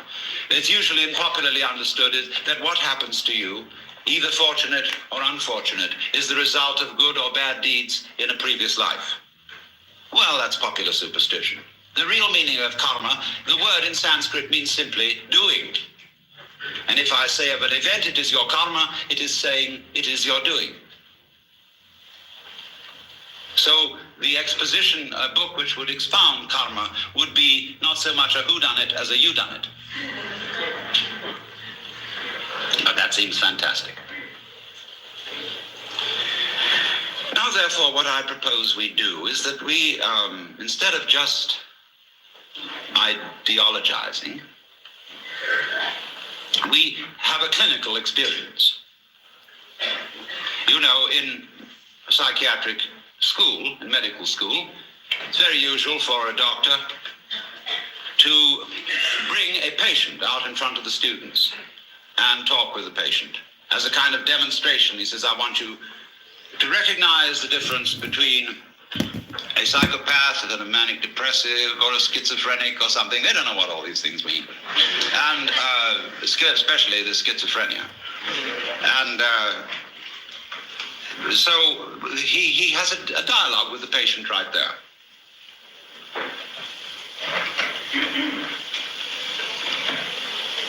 So let us suppose that I'm the patient, and you are the students and the doctors. And I suffer from what you would call the delusion that I'm God. And therefore, you might want to do something about me, or with me, or humor me, or ask me questions. And so I'm perfectly willing to submit to your examination and your treatment, and invite you to help yourselves. When did you become God? Now. Will you marry me? No.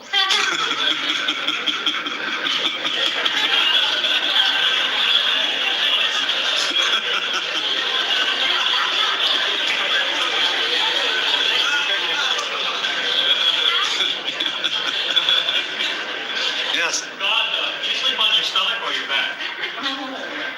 Sleeping is like politics. One sleeps on the right side, and then when you're tired of that, you sleep on the left. When you're tired of that, you sleep on your back, and when you're tired of that, you sleep on your stomach. And it is thus that the world goes round.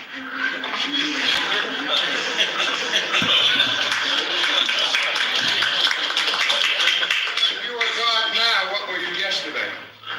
Now, How do we become God? you don't become God. Am I also God? Yes. Were that the same person? No. Remember, 3 persons, but 1 God. God,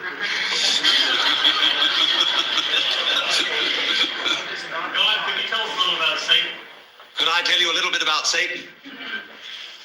Yes.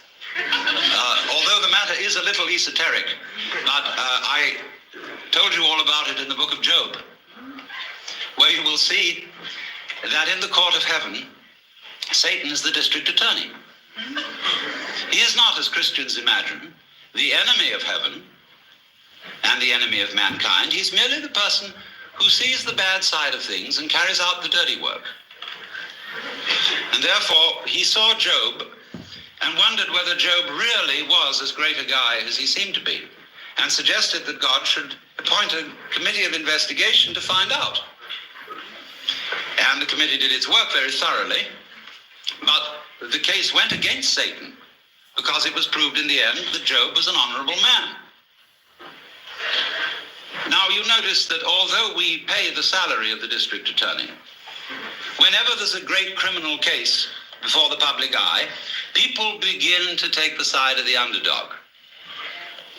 And the prosecutor always has less public sympathy than the defense, except in political trials.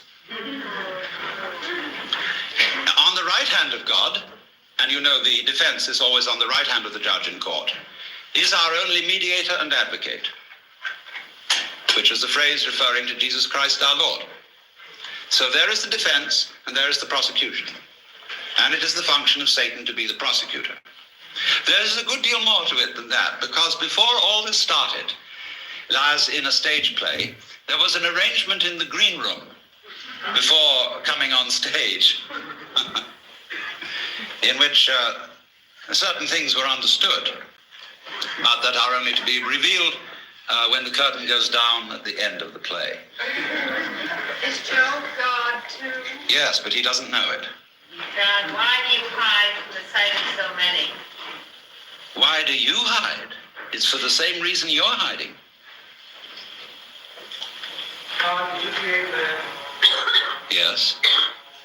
God? Who else? You man free will. What? You man free will. God, did you create man? Yes. God? Who else? You man free will. What? You man free will.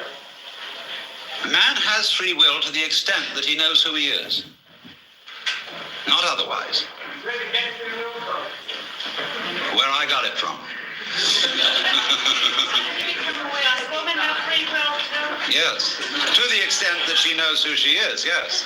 If man has free will to know just what he is, and man is God, then you'd say that you are no more than any God in this room, or any man. That is correct. I'm no more God than any of you. Then you only have the power to know who you are. Well, that is saying quite a bit, yes. What is not God? What is not God? There is nothing that is not God. You learn who you are. It's like waking up from a dream. After a while, one's experience begins to have what I would call a haven't we been here before feeling. Going round and round and round. And then you begin wondering, where am I going? And to answer that question, you have to try and find out what you want. And so I went into that very thoroughly. What do I want to happen? And, of course, as soon as you ask yourself that, you begin to fantasize. And our amazing technology is, of course, an expression of human desire for power, for what we want to achieve. So I simply set myself to thinking through how far we could go. And so I soon found myself at a great push-button place where I had a fantastic mechanism with buttons available for every conceivable thing I could wish. So I spent quite a bit of time playing with those. And science fiction wasn't in it. You know, you go going like that, and here is Cleopatra. And so on, you know, and then press this button, symphonic music in 4-channel sound, 16-channel sound, anything, you know, all possible pleasures are available. And when, you know, you're like everybody's dream of the Sultan in the palace, you suddenly notice there's a button labeled surprise. You push that, and here we are.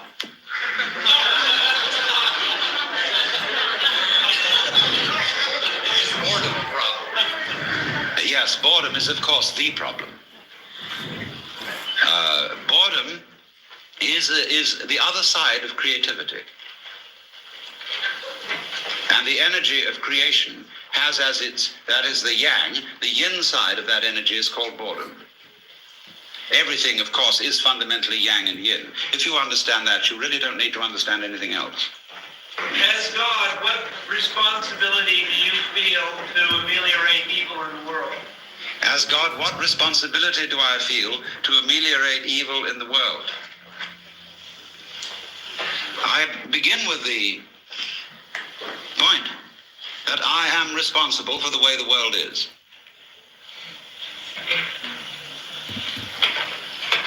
If I couldn't feel that, I'd have to blame somebody else. I'm not willing to do that because I know that under various changing circumstances, it might be appropriate for me to be as big a rascal as rascals have been. Now, as to improving the world is always improving. It may look to some people slow, but it's improving even when it is declining, because the world works in an undulatory process, like a wave. It goes up and it goes down, it goes up and it goes down. And it couldn't go up all the time, because if it did, we wouldn't know that that was up. So it goes down some of the time so that we can know when it goes up, because if we didn't know when it went up, it would be like being in a space where everything was light. There'd be nothing to write home about. There would be no black marks on the space, and so it would be like a piece of perfectly empty paper. Similarly, to be in a completely black space would also be a kind of unconsciousness with nothing to write home about, because there'd be nothing would make any difference. So therefore, if you're going to have black, you won't know that it's black unless you have some white, and if you're going to have white, you won't know that it's white unless you have some black. Why do you teach us all to love one another? Because if we get to that point, there won't be any of these ups and downs that we'll have to tell you. Correct, but that's not a teaching, it's a koan. A koan. A koan is a Japanese word for a spiritual problem used in Zen Buddhism, such as, what is the sound of one hand? And these problems are given to those who ask questions concerning their spiritual development. And sometimes, as St. Paul pointed out, commandments are given not in the expectation that they will be obeyed, but in the expectation that they will reveal something to those who hear them. That was St. Paul's comment on the whole Mosaic law. Yes, sir. What? If we accept the peace of China, that we are all God. Yes. What of the hereafter? Is there a heaven? Is there a purgatory? Is there a hell? The hereafter is, of course. So you're saying that last That was fucked up. some planes are dropping like flies are just a conspiracy theory? No, I think it's a breeding ground for a bunch of conspiracy theories. I mean, like, and I hate to be like the person that says this. I would hate to say, oh, no one's to blame, because there's always someone to blame, right? What I'm saying is, like, air traffic control for the one in DC is kind of at the helm of it. But I mean, until we hear everything that happened, who are we to point fingers? We don't know what happened, right? Well, actually, by now we do. They have audio of air traffic control talking to both the pilot of the plane and the pilot of the helicopter. Oh, delightful. I didn't know that they released that yet. I've been waiting to hear it. I'll probably go look at that, and then I'll probably change my stance. Yeah, apparently ATCU was notifying the helicopter that, they were at the wrong place at the wrong time. But, count on the to follow directions. It's, Wait, so it was a lady that was steering the Black Hawk helicopter?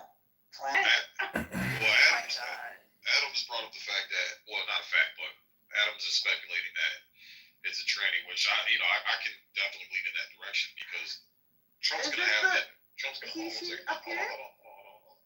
So Trump is going to have inside information, and the fact that he came out and made the DEI statements is kind of weird for a situation like that. So he must have known ahead of time. That's probably why he made that comment.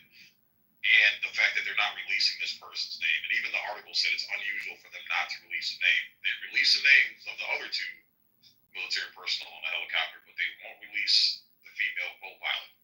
So, and more than likely, Chief Warrant Officer, if the pilot in command, the captain, was a Chief Warrant Officer, more than likely she was a Chief Warrant Officer as well. So you're taking enlisted personnel who every other branch will not let them fly an aircraft for that reason, because enlisted people were just fucking retards.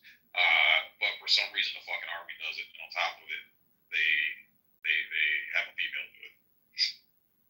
So is this a picture of it up here? No, those are the two male personnel. So one of them was a crew chief, he was a staff sergeant, and then the other one was a captain with over 1,000 hours of flight time on a Black Hawk platform. And he officer. Wow.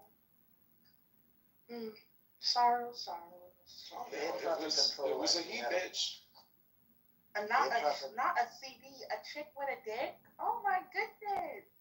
Yeah, because the air traffic controller actually had a problem determining the pronouns, and that's why she got like 100 feet above while they were just deciding the pronouns. Are you serious? Come on, guys. Yeah, for all we know, they were probably arguing about the pronouns. They were saying, "Sir, you need to pull that helicopter up," and they were saying, "I'm not going anywhere until you affirm my pronouns." It's a man.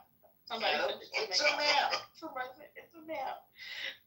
Oh my God. And meanwhile, they're deciding it's going kaboom, motherfucker, just going down. You didn't know that the Army became a jobs program and it's like the post office now? You didn't know that it has nothing to do with waging wars and winning victories. It all has to do with a black female jobs program, just like every other federal agency. Oh, yo, Adrian. Well, why ain't black females a minority in the Army then if it's the job program for black women? Because they're trying to make it out to be, they're trying to push it. They want more, quote unquote, minorities, which I don't even understand why we call women minorities when there's more of them than men. But the average black woman. Because the white women, they want to be a part of the minority quota. So, I mean, all they have to do is hire a couple white hoes, and then boom, your minority quota is filled. So, I don't. Yeah, but black women are even more of a minority, especially when you're talking in aviation. Like, women in general are a minority as far as aviators go. Black women as aviators is extremely rare. Well, it's because the it's average black woman. extremely rare because I mean the population of black women is not that high. The average black woman cannot meet the health requirements and the standard or get through boot camp. I mean, that's just the reality of it. I mean, that literally is the reality of it. I did. Okay, but you're rare. I didn't say all. I said most. I said most. I don't think that. I don't believe that. What are you talking about? No, but you're not average. I can hear it in your voice. You're not speaking in. No, you're not. I'm from the hood. You're not an average black woman, though. Yes, I am. No, you're not. You're not a big back. I bet you you're not fat. I bet you my ass is. Okay, but that's different. I have a fat ass. Okay, but that's different. That's hereditary. I can't help that. No, but I'm talking about. I was trucking this big old thing through the Army. Okay, I was swinging on my ruck march, baby. The only reason I was the only woman that was not prior service out of the entire command that finished the 7-mile ruck in under an hour and a half. And guess why? Because I'm black and I got this big old thing behind me. And guess what? It has a lot of potential.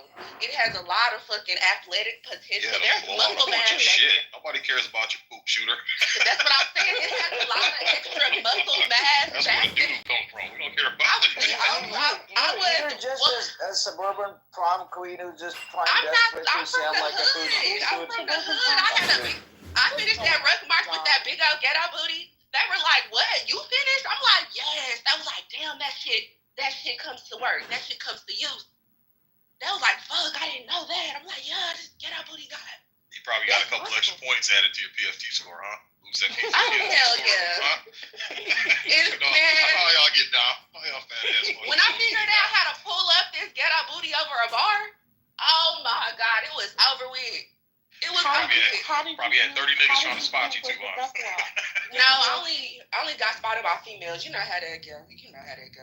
Did you get on your duck walk though? Yeah. Okay.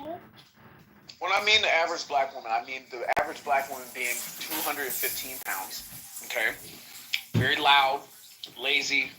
Okay, no directional aim, always complaining. Okay, you're not the average black woman.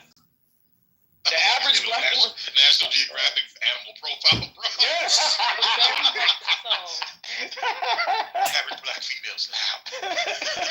I like how you said it, In their natural habitat, 250 pounds is their natural weight, and they're just roaming around their natural habitat when you just go to the hoods and you find them. You have to listen to their roar. They always roar. You know what the greatest thing about Trump and the new administration is? Unlike Clown House, where you can have conversations forever, you know, in the real world, you just take in, you do an assessment, you have the conversation, and then power makes the decision. You don't just go off of emotional forever conversations.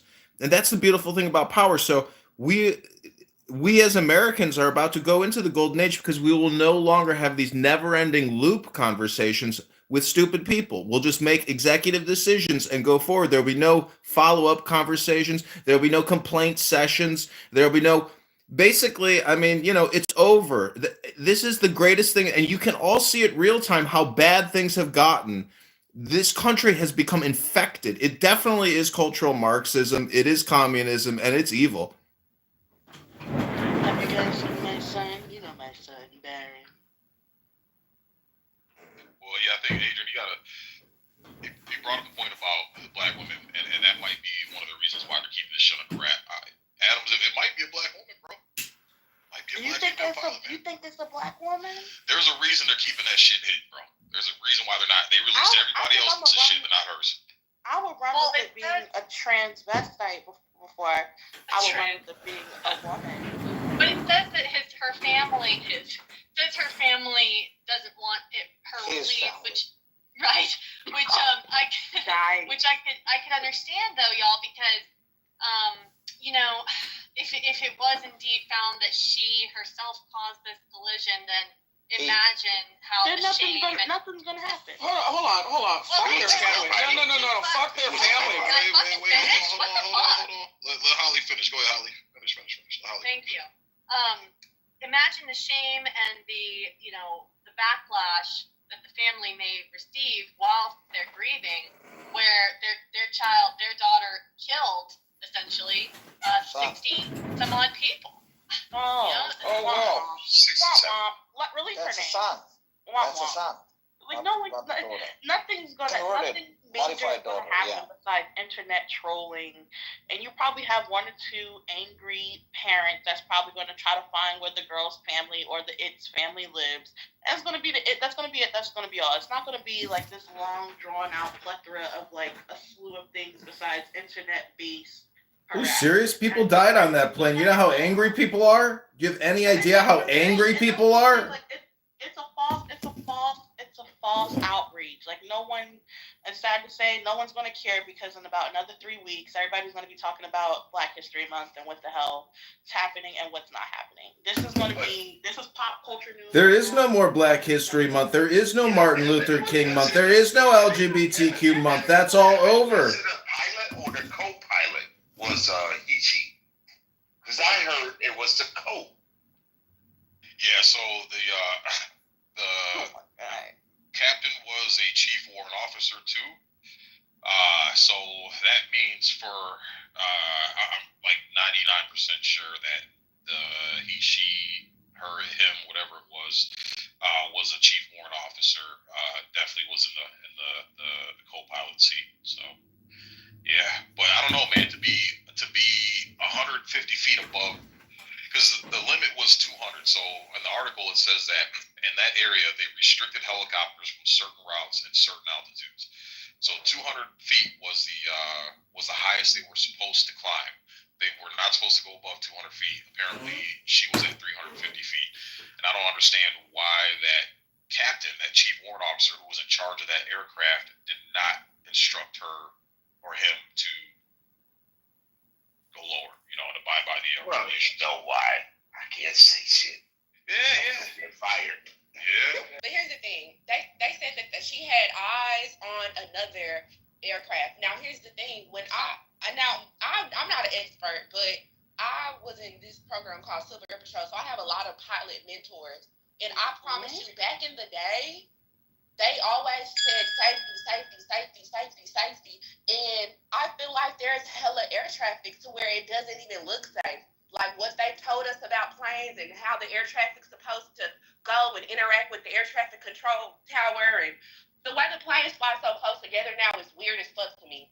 And I remember in Dallas, Texas, is my homegirls can remember like 3-4 years ago, there was a demonstration on Veterans Day. It was a whole bunch of drunk ass vets in these historic ass World Civil War aircraft, and they were just swarming each other. And I'm like, bro, that's not fucking safe. Like, what happens to this person takes off and then this person takes off and this aircraft has to be over here and this aircraft has to be over there? Why the fuck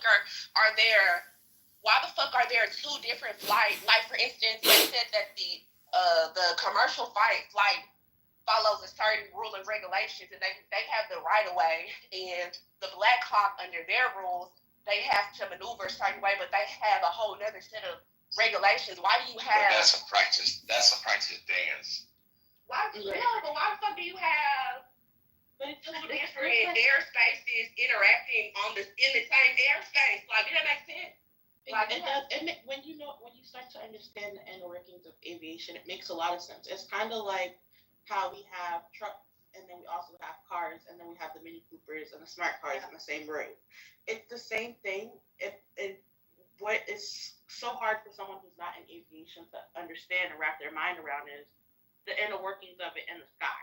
So it's like, who has the right of way, who doesn't have the right of way, and then it comes down to a timing and a communication thing, and the communication has to be precise and has to be clear. And like I said before, I don't think the communication was precise and clear. And then another thing, I don't think that, hold on, Holly, because you definitely yelled at us to let you finish. Just want to remind you. I don't think that there was an active observing skill going on the behalf of the Black Hawk. We already know. We already know that there was a plane that was departing, and then we also saw that there was a plane that was arriving. So, and then you had the Black Hawk coming straight through. So it's like those are three channels of when the universe was air traffic that's going through right there. But since the Black Hawk was flying above its regulated altitude, I mean, what can you do? Real quick. I think the fundamental issue, right? Everything you guys are saying makes sense. But the fundamental issue was the Black Hawk was flying 100 feet above their maximum altitude. If you see the video, you will see the Black Hawk looked like a heat-seeking missile going into that plane. It looked like a heat-seeking missile. It wasn't the plane that flew into the Black Hawk. No, the Black Hawk flew into. There's people. The conspiracy theorists are going to have a field day with this because it looks intentional. It looks like it was done on purpose. Absolutely. So right. Absolutely. Because I'm sorry. So real quick. Go ahead. Yeah. Just real quick. So I just ran into one of my captains for the airline I work with, and he flew Black Hawks for 15 years in the Army. So just got through talking to him for a few minutes. He said that it was at nighttime. So more than likely they were probably running NVGs, which is night vision goggles. NVGs don't have three-dimensional viewing space. It's in 2D, so you lose your depth of vision with those. Secondly, he said that in DC there's lights everywhere, and he said those NVGs can get flooded out super fucking quick with that much light pollution in a urban environment like that. He said thirdly, her being 150 feet above the ceiling limit. He said more than likely they might have been running into some mechanical issues, and she was trying to sort it out. And he said the fourth thing was air traffic control, because he listened to the communication, the comm. He said that air traffic control did not give them a clock when they were notifying them of the airplane's lookout. So, hey, you got a CRJ or you got this and that at 12 o'clock or at 3 o'clock or 1 o'clock position. So he said more than likely she saw the one plane and thought that was it and did not see the other one because ATC did not give them a clock to identify exactly where that plane was. Right. Shit happens. This what I feel like they should do. An instrument only airspace, because the commercial flight, they are on instruments, so they don't use their eyes primarily to fly the plane. They listen, they look at their little knobs and their little gadgets, and they be like, for my calculations, I don't know. That's what I think they should do. Anyway, it's instrument only. I don't think that you should have an instrument only airspace and then on top of a airspace where people are using their eyes to guide them. Like, so the Black Hawk, they rely on what the fuck they see. And I don't know. I feel like instrument only airspaces should be only for instrument planes. And if y'all out there want to play bumper cars and the helicopters, y'all do that shit somewhere else. I don't know. Well, I think it's scary as shit for me.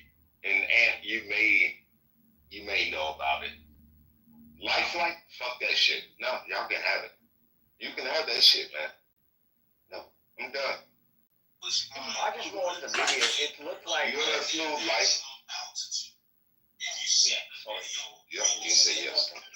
Sorry. I was saying that I was watching the video. It looked like the Black Hawk went straight into the plane. The plane was landing. It looked like intentional. It looked like intentional. It wham into that plane from the look of it. Yeah, it looks very intentional because I don't understand how, like, even if she didn't, like, I don't understand how she didn't see it because it was right ahead of her. There was a lot of lights, but if the lights blind you, then why the fuck is that why is that helicopter in that space? If that helicopter relies on visuals and then you can't see shit, that doesn't make sense. Okay, can I fucking talk? I'm a friend of mine. Go ahead, Holly. Go ahead. Damn. She's like, God damn, that nigga came out of her. God damn. Wait your turn, white woman. You've had a 400-year head start. Listen, Holly. Dude came off mic a minute ago. I don't know who it was. He was like saying that, basically jury's closed. That the AT, what is it? AT, air traffic control, ATC, did nothing wrong, kind of thing, and it's all the helicopter's fault. But here you have a retired ATC person saying that the program's fucked up. I just asked my friend, would your dad have done anything different? And now you have Sig saying that they didn't stay the clock. So I'm just thinking maybe it's a double, triple whammy with the lights and the traffic there, and it's all kind of fucked up. And it sounds like pilots hate landing there. It's kind of notorious for being a pain in the ass to land. But it sounds like, all in all, this is a good opportunity. I'm glad that the ATC is being, because this is kind of shaking me, like, fuck, I'm kind of scared of flying now. I'm definitely not going to land in Reagan. Not going to Dulles. Not going to DC. Fuck that. But anyway, that's all I had to say. It sounds like the jury is not out. Or the jury is still out. The ATC definitely needs to be looked at here. Oh yeah, definitely not landing at that motherfucking airport. I swear to fucking God. I swear to God. Because what the fuck? Like, you have a plane landing, a plane departing, and then you have a fucking helicopter going perpendicular through the air traffic, and they say that they can't see, and it's night, the goggle. What the fuck? But no shade though. That's every day though. Like, that's everyday aviation. So I mean. Yeah, that's not It's like, on the air this traffic control. this is not like this is like a, oh my God, this is like a one-off, isolated incident. Like, we never have planes landing and departing. We literally have planes that circle in the air for an hour, maybe 30, 40 minutes, waiting for a lane to clear for a safe arrival into its airport. Y'all better be glad you don't live in Alaska. Because that shit is more dangerous to land in DC. They just don't have as much traffic. Yeah. My dad's an aircraft mechanic for a major airline, and between what he tells me about like some of the younger mechanics, and now with the ATC, my buddy's dad who retired ATC is telling me, I'm not gonna lie, it's kind of got me shaking a little for flying. Bro, that's you was a youngin'. I mean, I was an airplane mechanic too, and I work for the FAA. I'm not a controller though, but yeah. Yeah, I'm a controller on the ground. So the prices will definitely plummet, and I'll continue to fly. Well, the thing is, once you get on the inside, like, I used to love flying until I started fixing aircraft, and you see what goes on behind the scenes. Especially, look, military aviation is locked down tight. They have a great fucking safety program. I mean, everything is locked down fucking tight. It ain't perfect. It ain't perfect. DC, the F-16, man, they had wrenches falling out the intakes, bro. Well, that's Air Force, man. I'm talking about Marine Corps, Naval Aviation. I don't know about Air Force. They got some problems sometimes, man. Yeah, I had the worst trouble flying once I became a mechanic and started fixing planes. Once I saw all the bullshit, once I saw how, maintenance control is more I give about planes being up in unimaginable the air than they joys are on about earth, safety. certainty of faith, while in life upon death, peace unutterable, rest, ecstasy, nor do I demand aught in sacrifice. My incense is of resinous woods. Spend my brown ass in America rather than just flying into your country. You need to keep your Behold the rituals of the old time of black. Let the evil ones Well, just to be clear, strive 78% of air traffic control is white, mostly male. And I'm a technician, and that's 85% white, mostly male. Fear not at all. Not incompetence on a large grand scheme. Lord have mercy. You need to. I can't even go to training. Every time I go to training, I'm the only Negro in the class.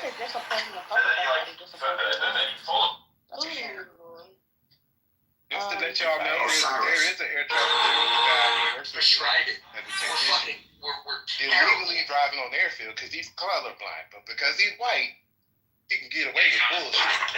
And now he's in a management position. So let this motherfucker keep talking about Mr. Black and Brown. Yeah, okay. Well, Rob Schneider just did a comedy. It was funny as hell, man. I saw it. He said, yeah, he's like, fuck that. We do need DI. He's like, fuck these white male pilots landing safely and on time. And to add to conspiracies, just think about who's invented and if they kind of scare people away from Reagan Airport. I think there's been a lot of investment put into Dulles. I think I hear there's been, a lot of, from airlines, from the government, wanting people to go to Dulles. So, they like to drive here. That's when the owner pulls out a rifle of his own and fires. Security foot. When you see me, don't blink or stop. More walk out his top and he had to shave his hair. The drizzy put him in the air. Go against the shit, bitch, I tripled out. Safety clock has been reset officially. It's sad. All good things come to an Yo, it's fucked up because I just talked to a friend of mine. How the fuck they get it? When you see me, don't blink or stop. More walk out his top and he had to shave his hair. The drizzy put him in the air. Yeah, that's what I was just talking to Candace. It's like ATC should be screaming at me. It's like the conversation between the lives of these. It's like once they broke that altitude 72 feet, ATC should be screaming at me. Yes, I did. Thank you. Get the fuck down. He's over in DC area. He's like, man, it's hard for us to land because of this shit. Did they lose? I would probably Did they lose imagine communication or that. something? I would probably imagine that controller has not been on the job that long. He's probably certified. So the other day, It takes years of experience to get really proficient. And he probably was not, because we have a big influx of new people hired. Did you do something different with your hair? Whose hair, man? It just takes a while. That's what Holly was saying. Holly, you want to reiterate what you were saying before? Because I don't think Todd was here about your ATC from New Texas. Oh, is she a controller? What airport? No, she's got a friend, but she just read a text message that he sent her about. He's a retired ATC, retired controller, and you there, Holly? She's got the text message. She's probably busy. I kind of know because I'm a technician, right? And when air traffic has problems, they call me. You know what I'm saying? So I'm a technician, so I work alongside. Yeah, she was saying that her retired ATC friend said that most of the old school heads have already retired. They're out of the game. Right. And because there's a shortage of staff, they shortened the ATC training program from 6 to 12 months. Right. So, yeah, they pretty much sliced a big chunk of training time off of it just so they get bodies in. They've also done that to technicians as well, right? So exactly, yeah. So when that's the scariest shit when you see these kids. During COVID, motherfuckers used to feel like, okay, before COVID, if you had a training class, you would go to prereqs and concepts first, which would be long, like 6-7 weeks. Then they decided we're gonna save the government money by not flying people out to the academy. We're gonna have an online class and a book learning self-taught. I want y'all to think about that for a minute. Self-teaching, and then we're going to send you out to Oklahoma to do hardware for about 3 or 4 weeks. Yeah, if you're not scared now, you're going to be scared later. Ollie's back. Ollie's back. Okay, sorry. Go. And trust me, you got to put on your jumpsuit to go in to that fucking chopper. That's the scariest shit. Anthony knows about this shit.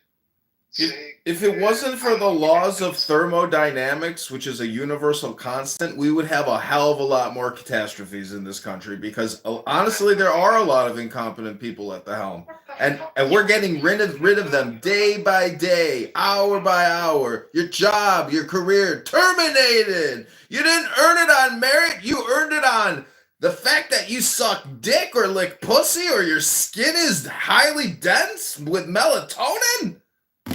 Melatonin's crazy. Yeah, don't have no. That was chosen because he sacrificed his dick. Melatonin is radical. White people don't have merit. They just wrote shit in the law and said we the only people that No, we're not going to do that. Shit about merit. We're not going to entertain that. No. No one's gonna say melanin. Yeah, It's City that's was fact asking for something 500 to you, years. Holly. That's fact. I can't stand what niggas get activated. That nigga activation. Stop it. We're not going to do that shit. You can't make this stuff up. By the way, But Anthony, you know that goddamn blue suit, you got to go get suited and booted to get your ass in that chopper. man, dogs, listen, like you said, they can't. I can't tell you how many dangerous situations them life flights have been. Yeah, absolutely. It's not, it be scary. Listen, man, even then when the boys land at the hospital, they got so many incompetent, unused to being around chopper people that get too close to them damn blades. They don't understand. Say, hey, it's a bucket. You just go puke in the bucket. Like, goddamn. Can I bring up another topic that we could talk about like later? No, we know some real shit. Ain't anybody talking to you. Fuck it. Okay, sorry. At least I asked the question. Annie, you're so sweet. You're such a sweet young lady. God bless you. You're a really nice young lady. I try to. Yeah, sometimes we gotta get this shit out. This motherfucking stress shit we have. I was just saying because there's like developing news, and I know like we all love our Yeah, stuff, go ahead. right? Go ahead. You sure? Put it on us. You got this one with you. Go ahead. You're good. Did he want to make him want to marry me? Anyway, so y'all remember how there was like a ban on the handheld like handguns for like 18 to 20? Y'all remember that? No. Yeah. Y'all remember that? It's always 21. You can never. You can only get Only loan guns for 18. Is that the reason you can only get shotguns? Yes. Yeah, that's the one. So, the federal courts have struck down a long-lasting federal ban that prevented the sale of handguns to Americans between the age of 18 to 21. They ruled it as unconstitutional. Yeah, she was saying that. So now that age group can purchase handguns. So I believe right now it's only through private sales. Are we happy about this? Because I'm kind of happy about it. No, you gotta read for it. I don't want any private sales. No. If we're gonna do the damn thing, we're not gonna do it all right. I'm unhappy about this. I want to ask you a question. Harriet, I think you're unhappy about it. I just like staring at it. Yeah, so check it, y'all. I'm gonna ask you a question. That's funny. But here's the situation. How do you guys that have a problem with 18 to 20-year-olds being able to buy guns, how do you guys feel about 14, 15, 16-year-olds being charged as adults for crimes? Do you think that's inconsistent? What crime? Yeah. Any crime. Like, so people as young as 12 years old have been charged as adults. Yeah, but Okay, you jaywalking is a misdemeanor. Okay, yes. Oh, sorry, Caitlin. A misdemeanor, yes. Felony, yeah. If you're in there stealing, now they've raised the age or the crime to $1,000. Yeah. your ass gotta go to jail.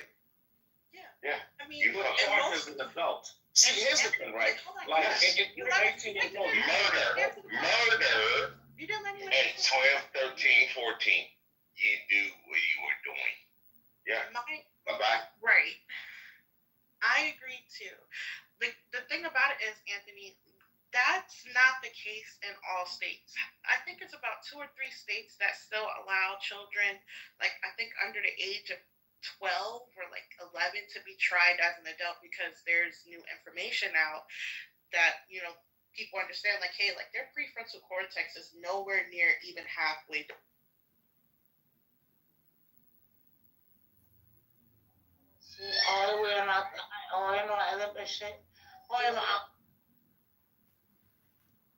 Now, because if you will examine it closely, there is no when else than now. And if you want to make hell of it, you can make hell of it. If you want to make heaven of it, you can make heaven of it. Purgatory, purgatory. It's all here. Always was, always will be. Death. What is death? Death is an undulation in consciousness. How would you know you were alive unless you'd once been dead? Yes. God, the same way that Jesus did for your God, why was it unnecessary for him to have material possessions and necessary for you? It wasn't unnecessary for him to have material possessions. They said of St. John the Baptist that he was an ascetic, but of Jesus, this man consorts with gluttoners and wine-bibbers and comes eating and drinking. And when the lady, Mary, poured precious ointment on his feet and anointed him, they said the same thing that the members of the vestry say to the minister today. Why this great expense? Couldn't it all have been sold for much money and given to the poor? But it's a problem. It is a problem, sure. But you see, in many ways, when you get down to these very deep ethical problems, well, there sure is no easy decision one way or the other. You must look at the problem from the point of view of an artist. Which way of doing this is in some sense greater? It may be better to go off with a bang than with a whimper. Let me see. Yeah. God all the time. I mean, consciousness all the time. There is no time, my dear. It's always now. During every event. At every precise moment. Oh, yes, if you put it that way, of course. You are consciously God as an experiencing unit on this plane of... Wait a minute, consciously, not necessarily, because that would spoil the fun. That's what I'm asking. If you press button surprise, you press the button so that you forget who you are. Right, so that you don't always know the answers to a given problem. Yes, that's perfectly true. This is called, in the Bible, kenosis. In St. Paul's epistle to the Philippians, he says, let this mind be in you, which was also in Christ Jesus, who, being in the form of God, thought not equality with God a thing to be grasped, but humbled himself, and made himself of no reputation, and was found in fashion as a man, and became obedient to death. And so you get from this the kenotic theory of creation, held by some of the Greek fathers, that the creation of the universe is the self-emptying or self-forgetting of the Godhead. Yes, I think it's your turn now. How does your concept of the creation of people so that man could see how good is differ from the old story of a man beating his head against the wall so he could feel how good it is and stuff? It's really rather like it. Because the universe is fundamentally a system which creeps up on itself and then says, "Boo." And then it laughs at itself for jumping. And you see, every time it does it, it forgets that it did it before. So it never becomes a bore. Yes, the lady in red. Can you make yourself into a point of consciousness and travel around the cosmos, such as Dr. Lilly was speaking of last night in talking about the story? Yes, but it isn't necessary to travel. The question is, can I make myself into a point of consciousness and travel around the cosmos and see things from all sorts of places? I say, yes, but it isn't necessary to travel. One is already there. In other words, I'm using your eyes where you are, like you're using mine. Just in the same way, my head is not my feet. It uses my feet. The head is very different from the feet. You couldn't possibly say the head and the feet are the same, but they are one organism. They each have a soul. 2. What do you do about boredom? What do I do about boredom? Press button surprise. Oh, it's always there. Yes, always. Yes, the lady in purple here. You talk about boredom. It seems to me, at least in my own case, and in many people, that one of the biggest problems in life is being forced to earn a living at something which is not what I would rather be doing. And I often wonder, is the answer to move somewhere and live on less money and do the thing that I would like to do, or must I resign myself, as many people have, to do the thing that gets me the bread, and then in my spare time, sometimes try to make up for the many days and weeks and years of this kind of half living? Well, what is the answer? Well, there are 2 sort of answers, one of which you've already indicated, which is to do with less and do what you want. Would be more. Which, but if everyone did that, you know, those things, the many of the things that we sort of accepted as part of life, wouldn't get done. I think the objection, if everyone did that, is rather like asking what would happen if everybody wanted to catch the 4 o'clock train from Grand Central to Westport. Or if all the molecules of air in this room were suddenly to congregate over in that corner.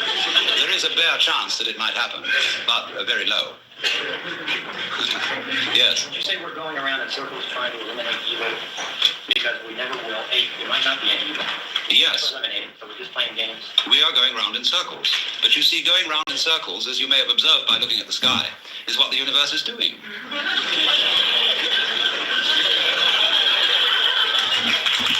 You see, before. As long as we recognize it, we're all right. Yes. Yes, that's the thing. It's a dance. And when you dance, you don't dance to get someone.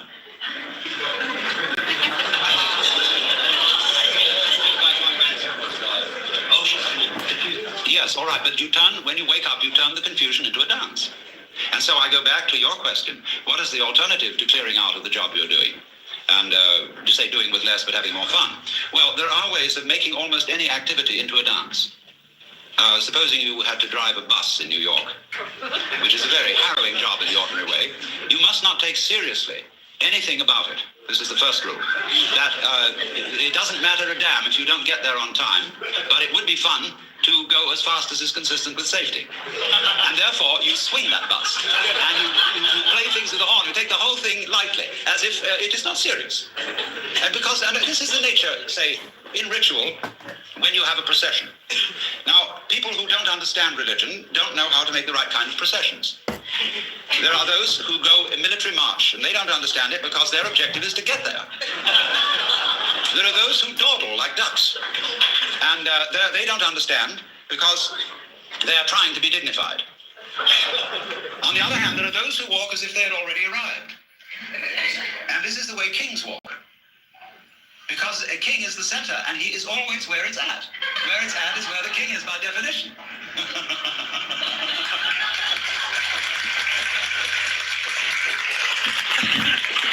So, if you work in this way, people who are practicing meditation take up monotonous things for fun. And meditation is supposed to be fun. I hope John Lilly told you that this morning. Where you say you're going to do Om Mani Padme Hum. Om Mani Padme Hum, Om Mani Padme Hum, Om Mani Padme Hum. You know, you can really have a gas doing that. And so that anything monotonous can be treated in the same way. This is one of the ways of overcoming boredom. Because boredom's the great problem for energy. See, energy's always on the go. Yes, sir. Yes, the gentleman in the white shirt here. Does it bother you to be called mythic sometimes by people who don't like the idea of your existence? Mythic? No. Mythic is a great word. The question is, does it bother me to be called mythic? No. Myth is very powerful. Myth is fun. Myth is stories told to children. Everybody loves them. Yes, sir. What? Is God omniscient? Well, it depends what you mean by the word. A lot of people think that omniscience is like knowing everything that's in the Encyclopedia Britannica. That's not omniscience, that's intellectual elephantiasis.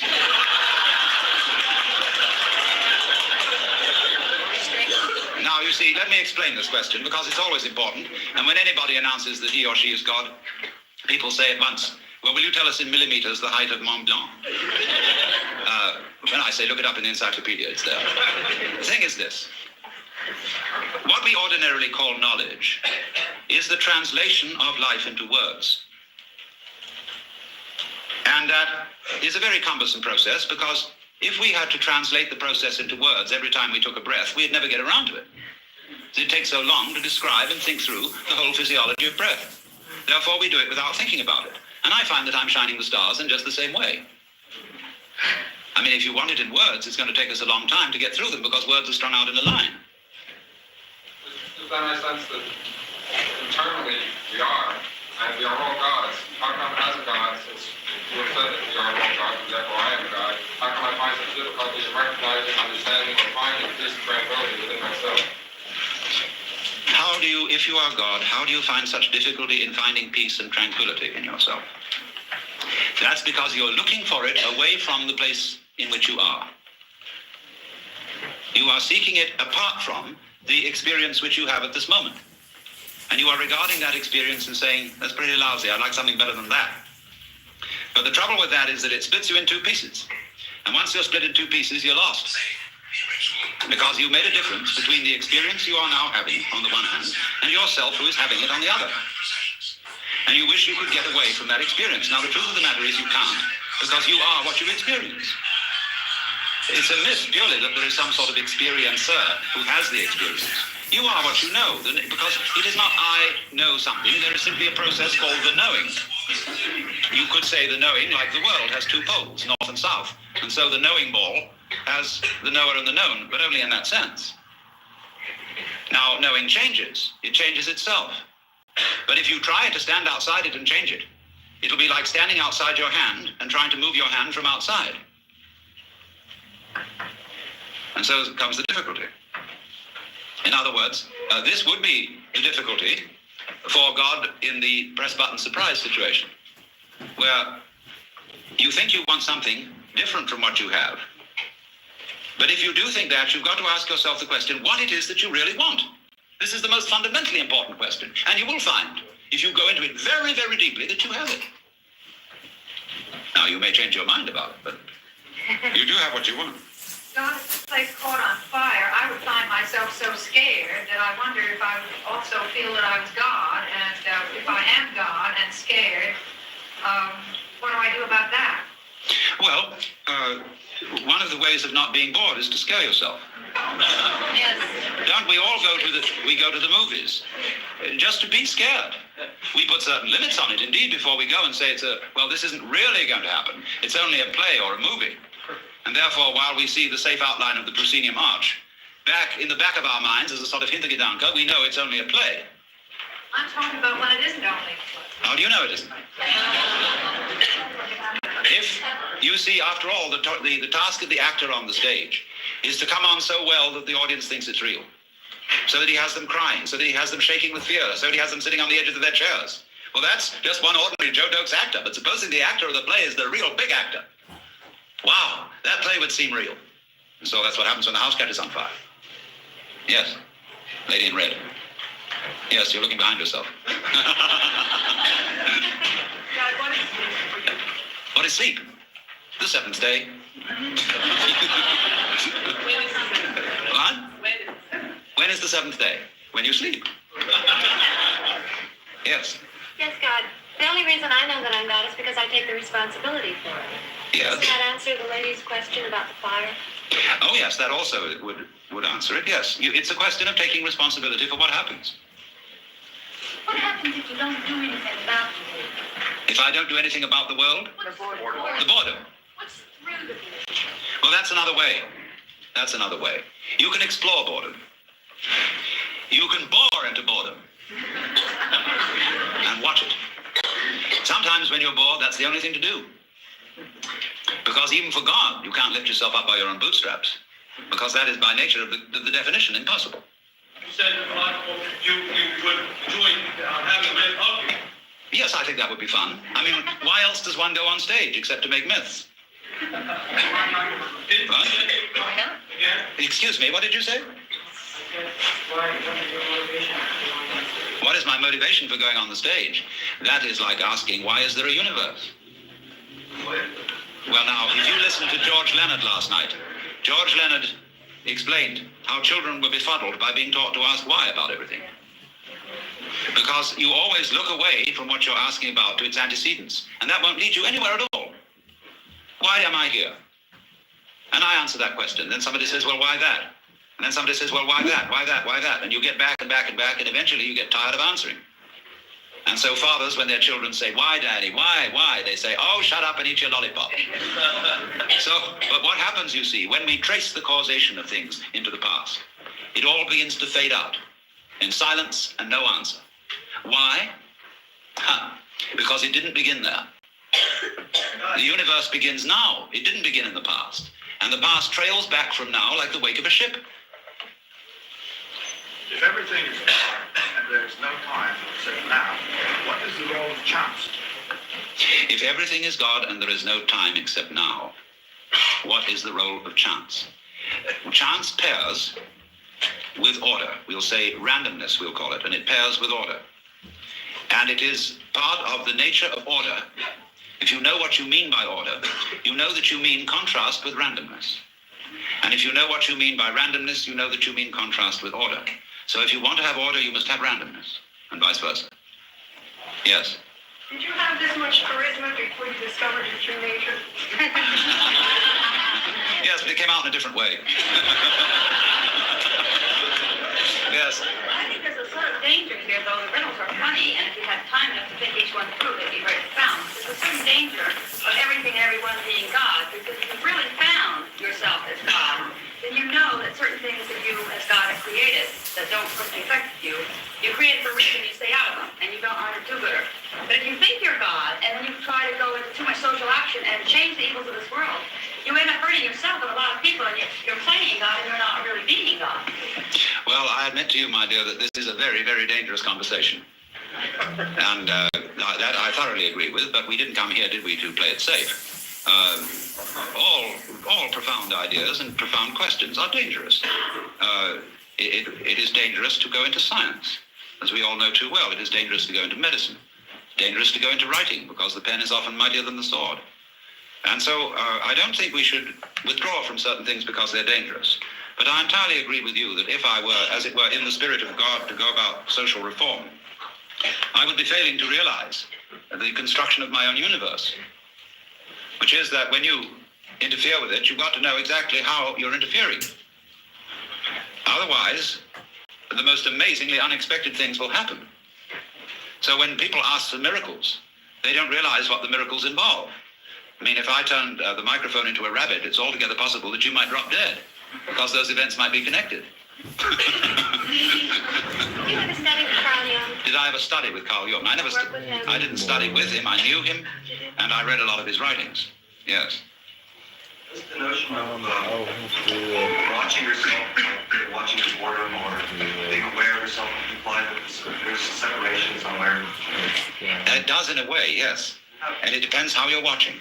There is a very interesting thing that comes up in this respect with regard to the Bhagavad Gita and to the Yoga Sutra, where they talk about the witness. There is, as it were, behind our ordinary self with its emotions and involvements, a witness self that does nothing more than perceive what happens. And this is the Atman, or the Purusha, which is not involved. And some of you, no doubt, especially in times of crisis, have suddenly discovered this sort of witness center behind everything that just isn't involved. Most terrible things can be going on, but the witness is impassive.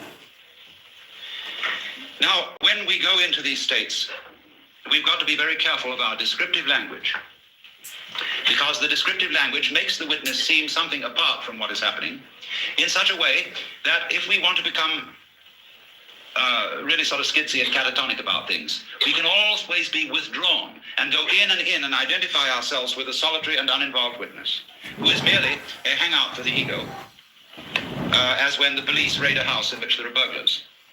And the burglars know they'll be caught if they're on the ground floor, so they go up to the first floor. So then the police come up to the first floor, they're up to the second, they finally get to the roof, the open sky and the infinite. And in this way, this was why the Buddha did not teach about the Atman, the real self within us, because he knew people would use the real self as a hideout for the ego. And so when, say, Krishnamurti tries to explain this, he doesn't talk about the witness. He talks about awareness, and people say to him, but who is aware? What is aware? And He seems a little sticky in his answer here, because what is the matter is that the people asking the question are bewitched by grammar. They are using a language in which it is part of the grammatical convention that the verb always have a noun subject. Now, how on earth do verbs get started by nouns? I ask you. How can a thing start a process? Surely, this is really the same problem Descartes was wrestling with when he tried to find out how spirit could influence matter, or how mind could influence body. Because everybody knows that all proper ghosts walk straight through walls without disturbing the bricks. So how can the ghost in the machine, as Koestler put it, the soul in the body, how can it do anything to the body? With no connection. Two different realms. The point is, when we're talking about this awareness, what we call thought, feeling, sensation, emotion, we could say in a very clumsy way is it's aware of itself. It's the very nature. There wouldn't be sensation without awareness. You don't have to have something which is aware of it, any more than you have to have a thing called lightning, which does something called flashing. The flashing is the lightning. And so awareness is the one who's aware of it. I would say this awareness, if I say I am aware, the word I, as William James suggested, is simply a word of position, like this or here.